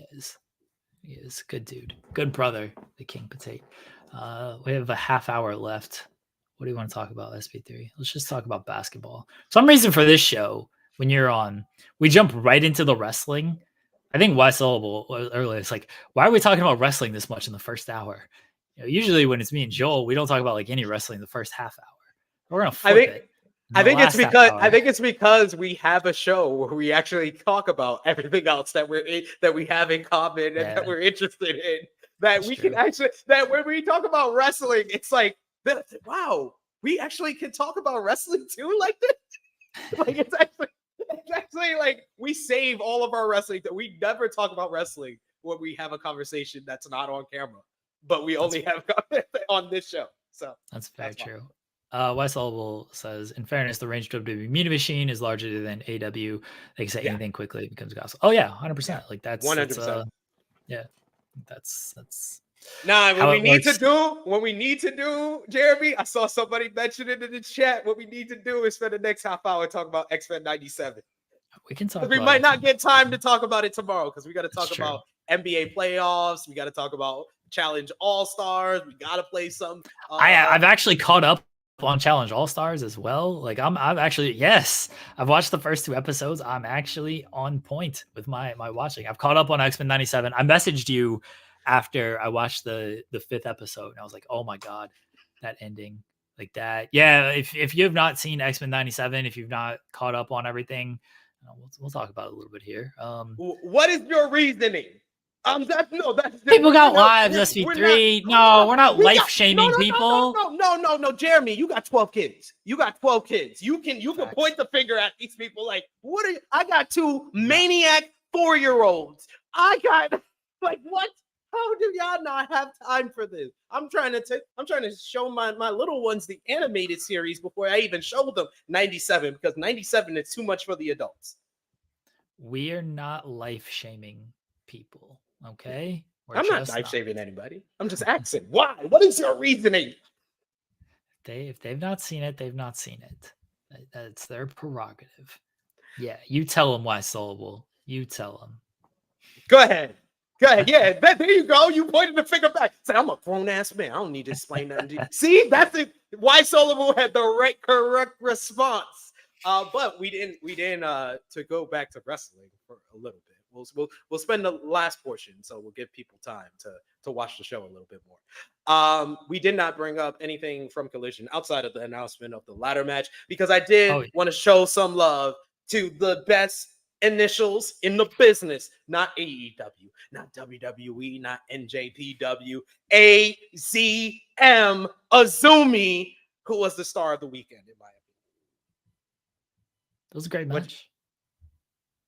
She found Timeless Tony Storm's working boots. She did. We thought it was like lost at sea. We thought that she lost it in the 1920s, but Azumi came up and was like, here you go, Timeless Tony. Here's your working boots. She gave it to her backstage. She probably tied them up for her and stuff. And then Tony came out. Why is Tony's offense in this Timeless run? I basically compare it to the Giant Bernard. She does like the double. She does the baldy. No, she does the baldy slam. She does the baldy slam. That shit popped me so much. I was like, she's wrestling like Giant Bernard. She wrestles like a giant now. She does clubbering blows. She still does the hip attack. She still does the strong zero, but she does like more power moves now in this Timeless run. And I liked it against Azumi. It was a nice, like kind of difference in styles. It worked against Azumi. Like Azumi is great. I can't pretend like I've seen a whole lot of her outside of just clips here and there, and then the stuff that she's done now at AEW and ROH. But yeah, to see Toni Storm actually wrestle more of the Stardom Joshi style was surprising, considering what we've seen of Timeless Toni Storm and this run. And hopefully, we will see that version of Toni Storm at Dynasty, because I thought Thunder Rosa cut a really good promo. Felt like she kept getting tripped up on when the pay-per-view actually was, though.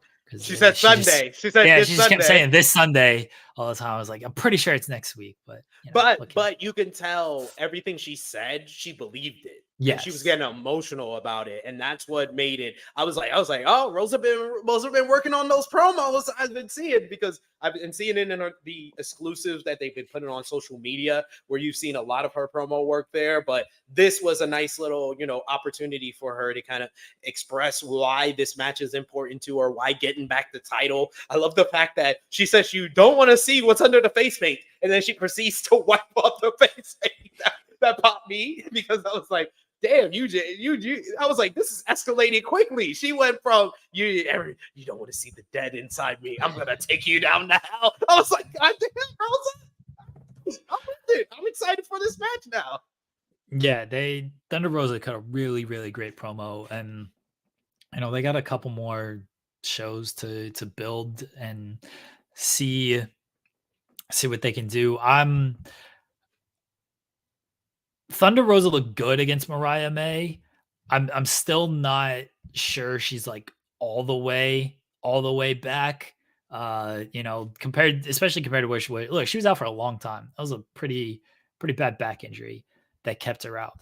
I think Toni Storm is gonna have to be, if she comes like the way she did against Azumi, then we might be okay. If Toni Storm is the way is Timeless Tony, the way she's been, I don't know, that match could fall a little flat. So they did a good job, at least Thunder did, getting some real good heat on the match, because I didn't care for she hit her with the bottle segment. Like, that was very quick, very nothing. But I thought Thunder Rosa did a great job getting more heat on the match, and then Toni Storm definitely showed out with the Azumi. So hopefully they're in the ring. They're both coming to work on Sunday. I hope so. I really enjoyed the so much focus on the women's division, and that rivalry. They did another promo with, like, I think Timeless Toni Storm and Mariah May as well. So yeah, the focus on the women's division was really well. I think they did a good job of building Thunder Rosa versus Toni Storm. I like Deonna Purrazzo getting some promo, kind of a response to the Thunder Rosa promo, because Thunder Rosa mentioned how she didn't need anybody's help, and that's why she snapped at Deonna Purrazzo. And I actually like that. Like, yeah, we teamed up together, but we're not friends. Like, I don't need your help. I was like, she's still babyface to me, because that was a good response. I was like, now I don't look at you the way I was looking at you on Wednesday. That's a great response to that. And I like Deanna's response, saying that she still wants to go for the title, and if she can't have one Toni Storm, she's gonna get the other, setting up her and Mariah May. I like Athena getting promo time on Collision to set up the main event matchup on Battle of the Belts with Red Velvet, and just give us more Athena, because you could tell she was just so happy to be back on TNT and TBS, getting that shine, because she's been deserving of it. And the whole act is really well put together with her, Lexi Nair, and Billy Starks. They feel like a complete act that's ready to be on AEW television now. Well, they're sadly still in ROH, and they've got to. No, they were on AEW television this week. Battle, come on, man. Battle of the Belts doesn't count as AEW television. That's a contractual obligation. That's not an actual television show. Okay, that's not a show. That's just like, oh shit, we got to do one of these every quarter. Okay, what can we do? Right. We're not even going to put a title match on. Here's an eliminator match. They had 0 AEW titles on the line during Battle of the Belts this week. They had one title match. They had two title matches. Nope. FTW is not sanctioned. It is a title match. It's an unsanctioned. It's a fake belt. It's about as real as the People's Championship. Hey, that looks real to me.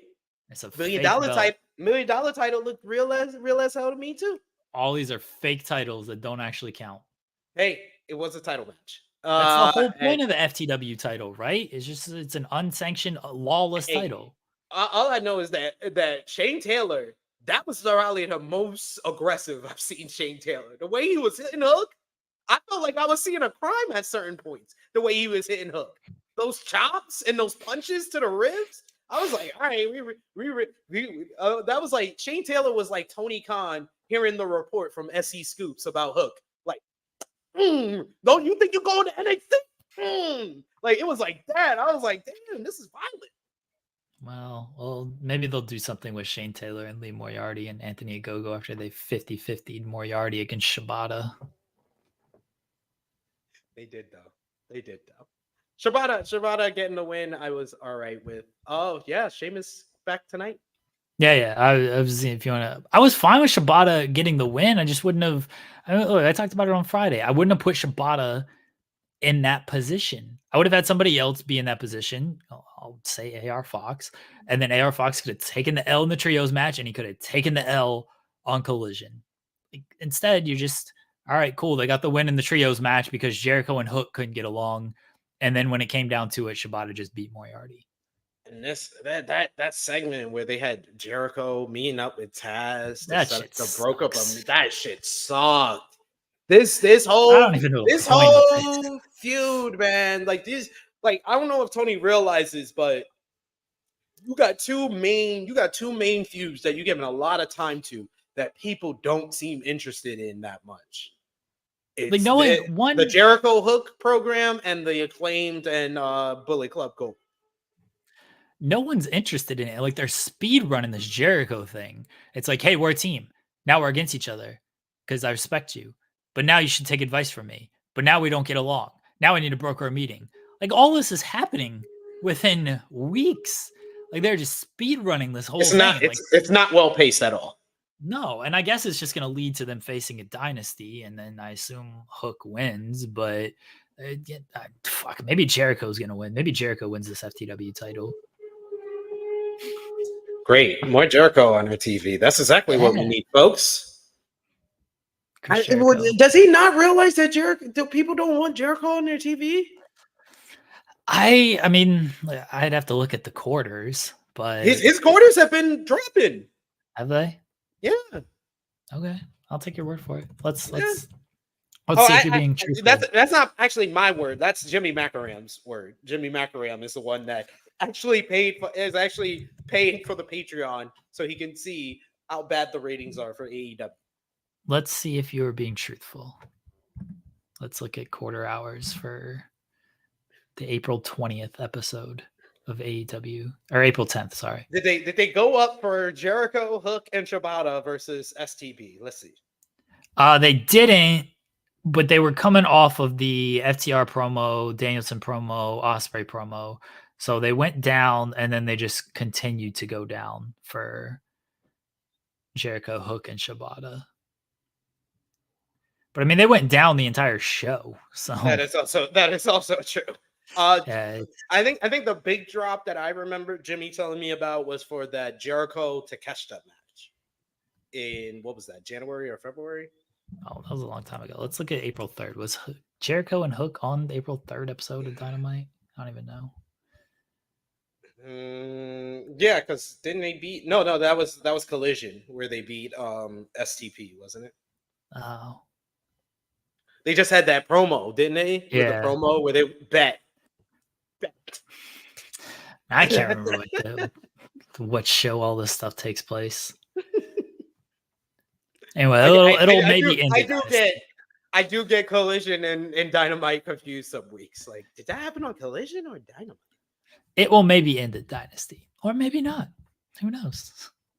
And then we got 3 hours of Rampage this Saturday. Oh yeah, another 3-hour block. Oh my gosh, they gotta stop this. Don't they know the NBA playoffs start on Saturday? I don't have time for your stupid wrestling. Get out of here with that. So they booked it then.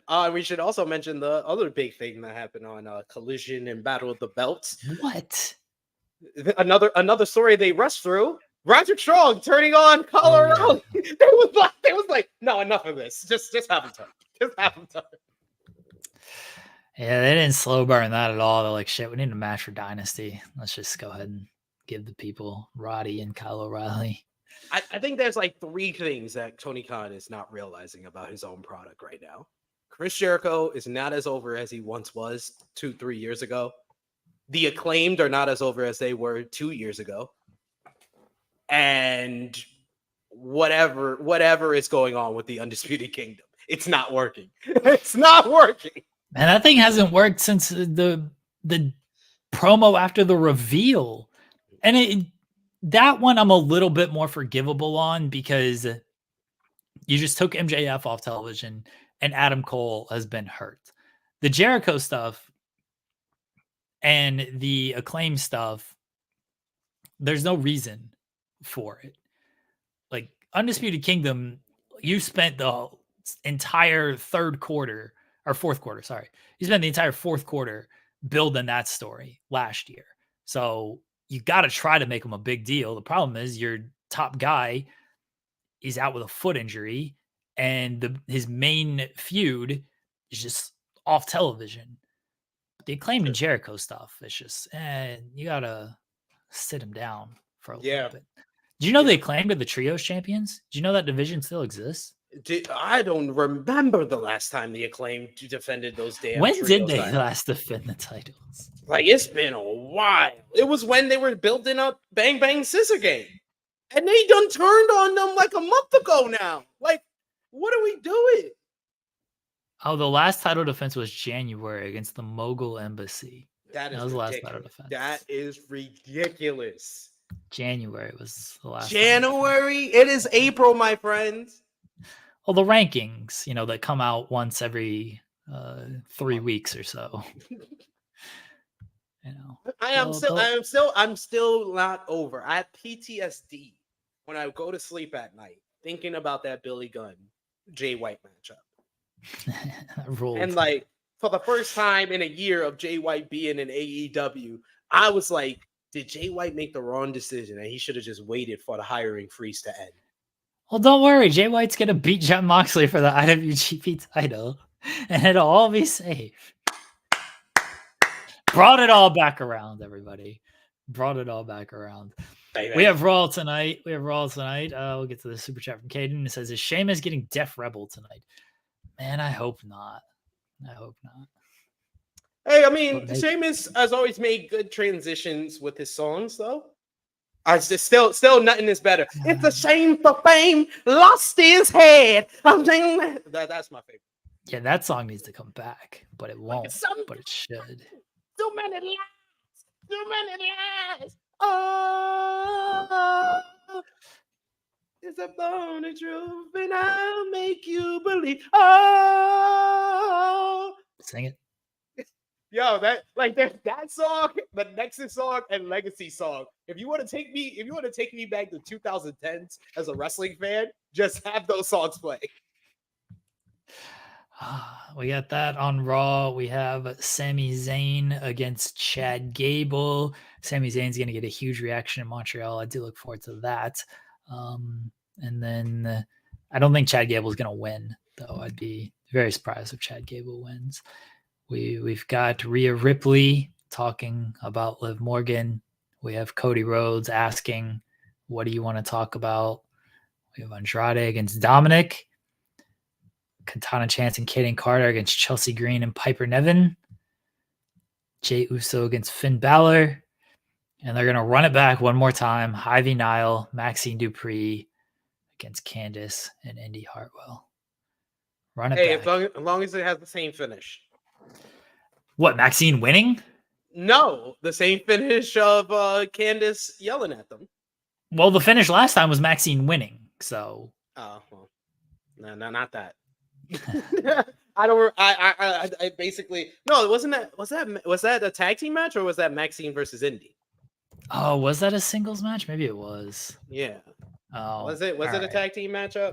I'm not sure. Hold on. Yeah, you might be right that it was a singles match. I just remember Maxine beating Indy. So yeah, I'm not sure what it was. No, it was a tag team. It was a tag team match. Oh yeah.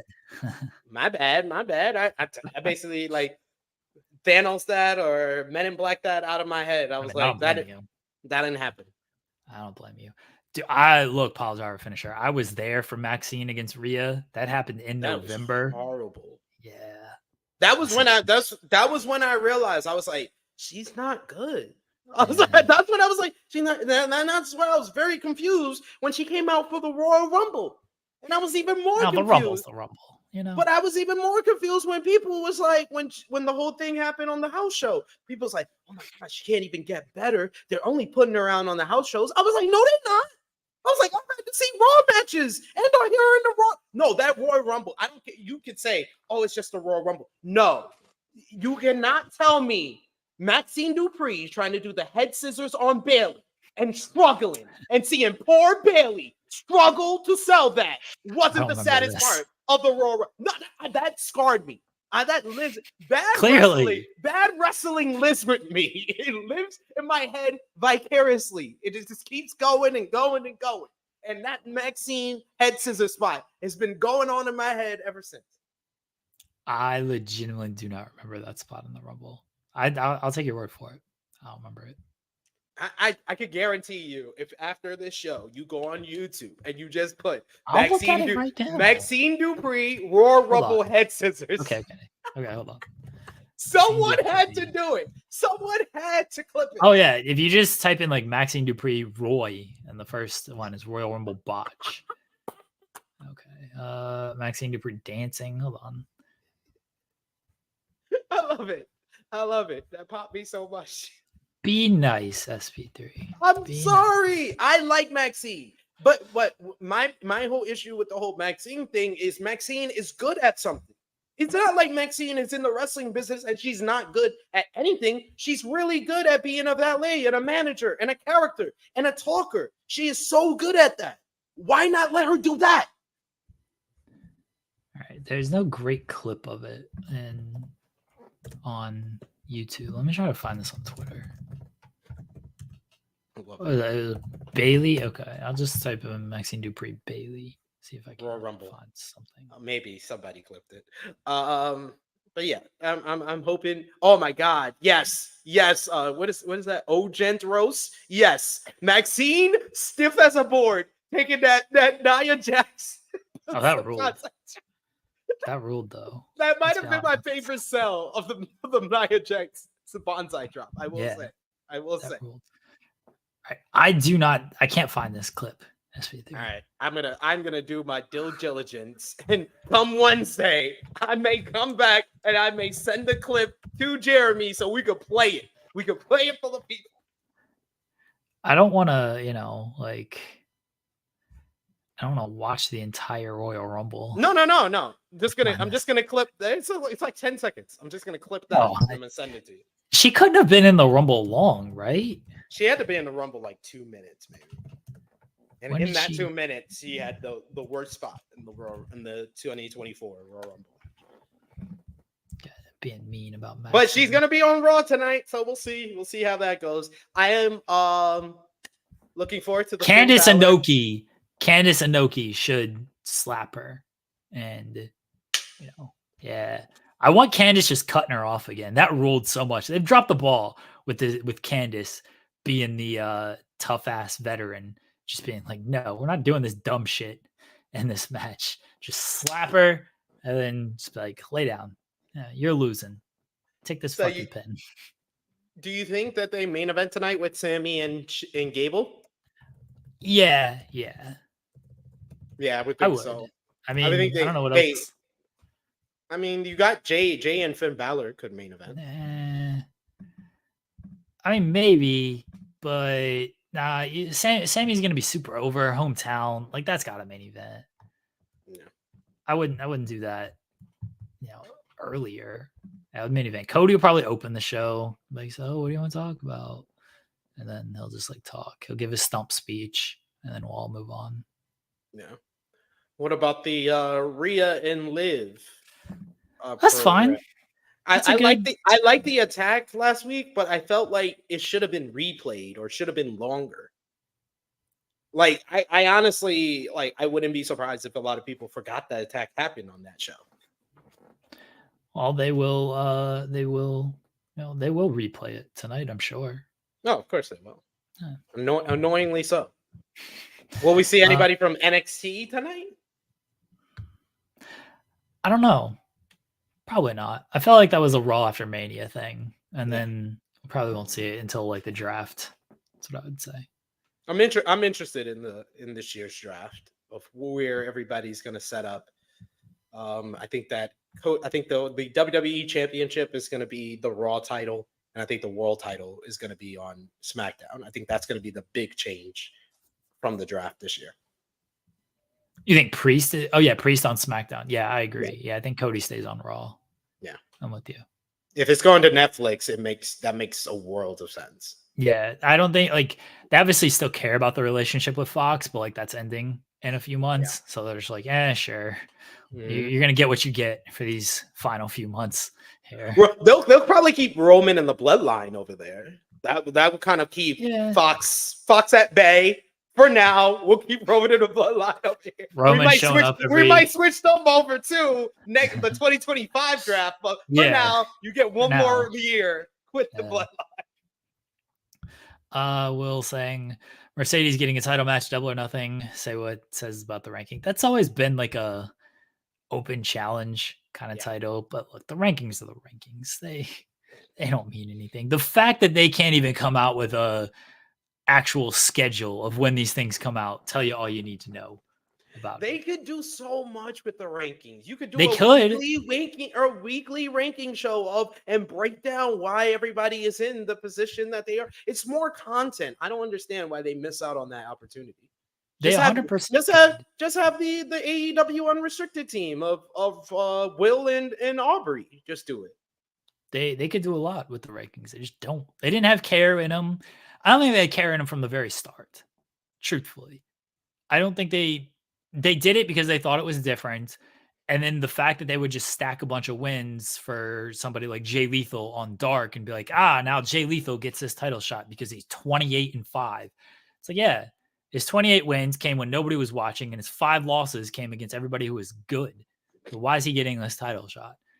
And now they can't stack wins on Dark and stuff. So now it's like, oh shit, what are we doing? Now we're really asked.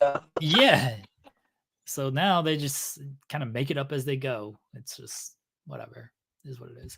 Wes Elwell saying, love the Joel and his family. For those not on the Discord, Joel has posted links to the Ottawa Hospital and Ottawa Kosher Food Bank for donations in honor of his family.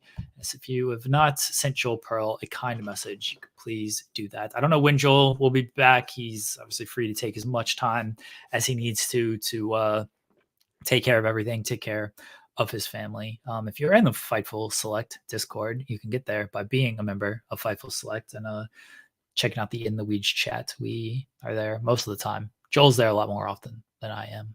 I'm perpetually offline. I don't care about your online nonsense. Don't care at all. SP3. All right, we're gonna talk about this tomorrow, but let's give some people the FMC preview. Your Lakers, are they gonna tank this game against the Pelicans, even though they beat them by 50 yesterday, and they beat them by like 50 in the play-in, and they're clearly better than the Pelicans? Are they going to tank this game to avoid the Nuggets like cowards? Unfortunately, I don't think so. But if you're asking me if they should, hell yeah, they should. I think the Pelicans are going to try to tank it too. Is the thing. Take the dive, bro. It's gonna be like the South Park episode, The Losing Edge, where both teams are just trying to lose. Like they accidentally make a shot. It's like, oh shit! Like wait a second, they're better. They're better than us at losing. They can throw they can block it into the own basket to get points. Oh my gosh! Oh no!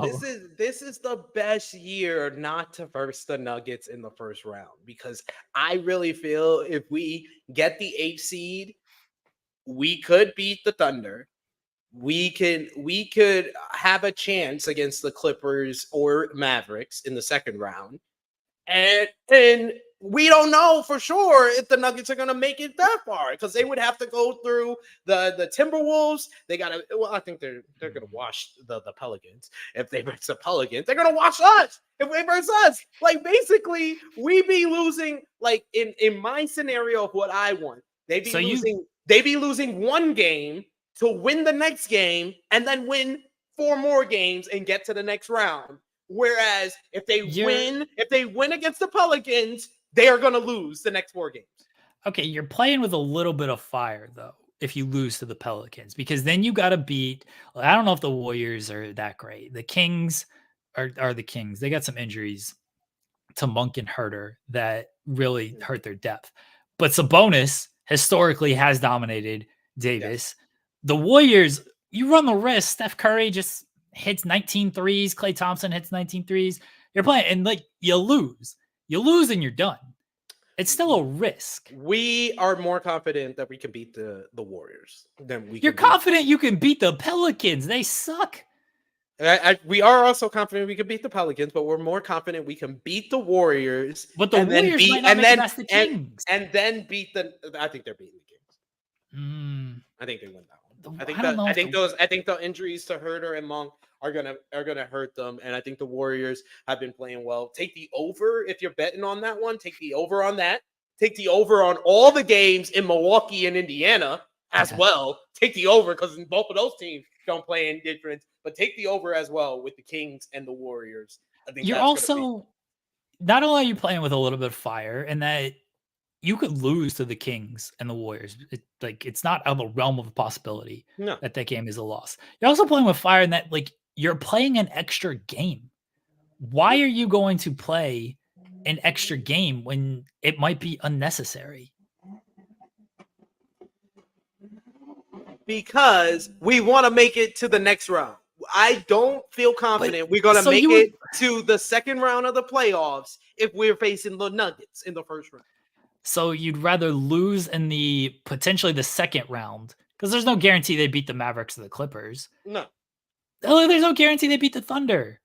There isn't. There's no guarantee they beat the Thunder. There's a better chance of us beating the Thunder than beating the Nuggets. But losing one series or winning one series and then still losing is still losing. Hey, anything can happen after that. We versing the Clippers in the playoff. We versing James Harden in the play. Anything can happen. I'm kind of with Wes Elwell. We shouldn't even be having this conversation. The fact that people think. I know. I know. I asked because this is a real conversation, and you're a Lakers fan, but this is a real conversation people are having of like, should the Lakers tank? Like, no, they should try to win. Because 7th is the worst seed. 7th is the worst seed. We're not beating the Nuggets. We're not. There's one team in the West that I know we're not beating in a 7-game series. It's the Nuggets. You got to play them at some point. We don't. We don't actually. I mean, there's a chance we don't. There's a chance that we don't if we make it to the conference finals. There's a chance we don't. I mean, Timberwolves have matched up well with them this season.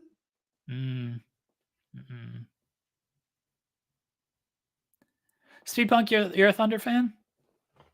I also rock with OKC. I don't really want the Lakers, if I'm being honest, because it didn't go so great during the regular season. Here's my mindset, though.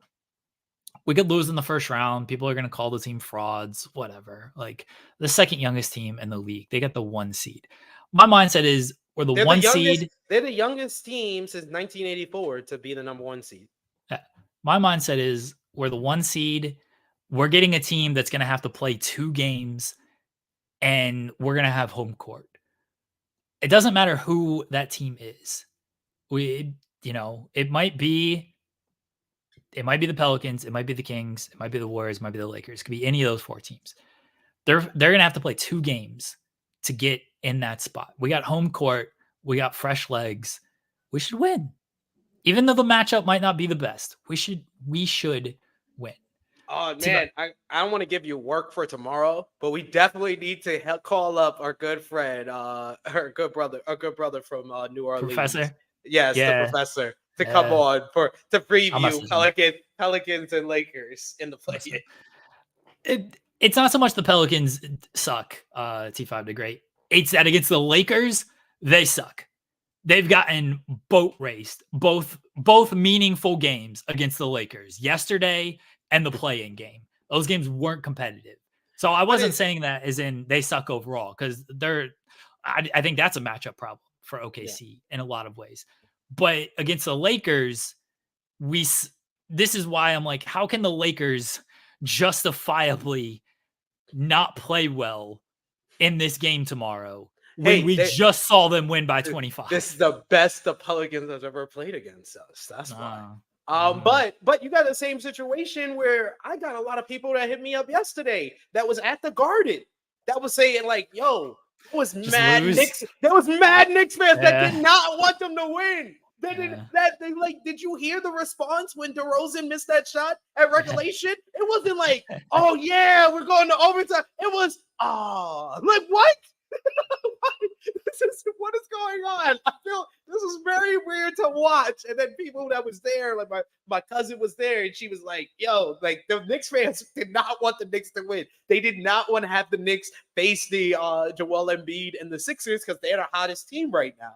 And I'm surprised at how many people think that the Heat is going to beat the Sixers just because Joel took the last 2 games of the season off. He took the last 2 games of the season off to be ready for the play-in and the playoffs. The bottom of the East is fascinating because we're either going to get, like, I don't trust the Hawks or the Bulls. I'm writing them off. It's going to be whoever loses between the Heat and the Sixers. I imagine they will beat the Hawks or the Bulls, but it's going to be Heat who have beaten the Celtics 2 of the last 3 years against the Celtics, or it's going to be the Sixers who were legitimately the second best team in the East before Embiid's injury against the Celtics. Fascinating. I'm with you. Like, when the Knicks ended up winning, I think the Knicks, especially without Randall, they don't want the Sixers. Honestly, I don't think the Knicks won either one of those teams. They don't have a great history against the Heat either. Yeah. But the Sixers, I'm putting my money on the Sixers if it's the Sixers that win this playing game. I'm taking them over the Knicks.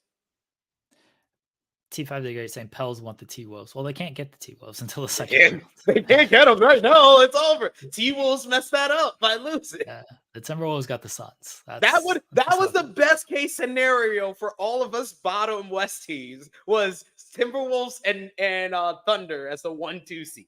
That's not happening. So now the West bottom teams have to think about things now.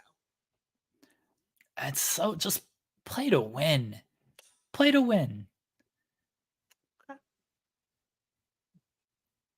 I think they will. I think they will.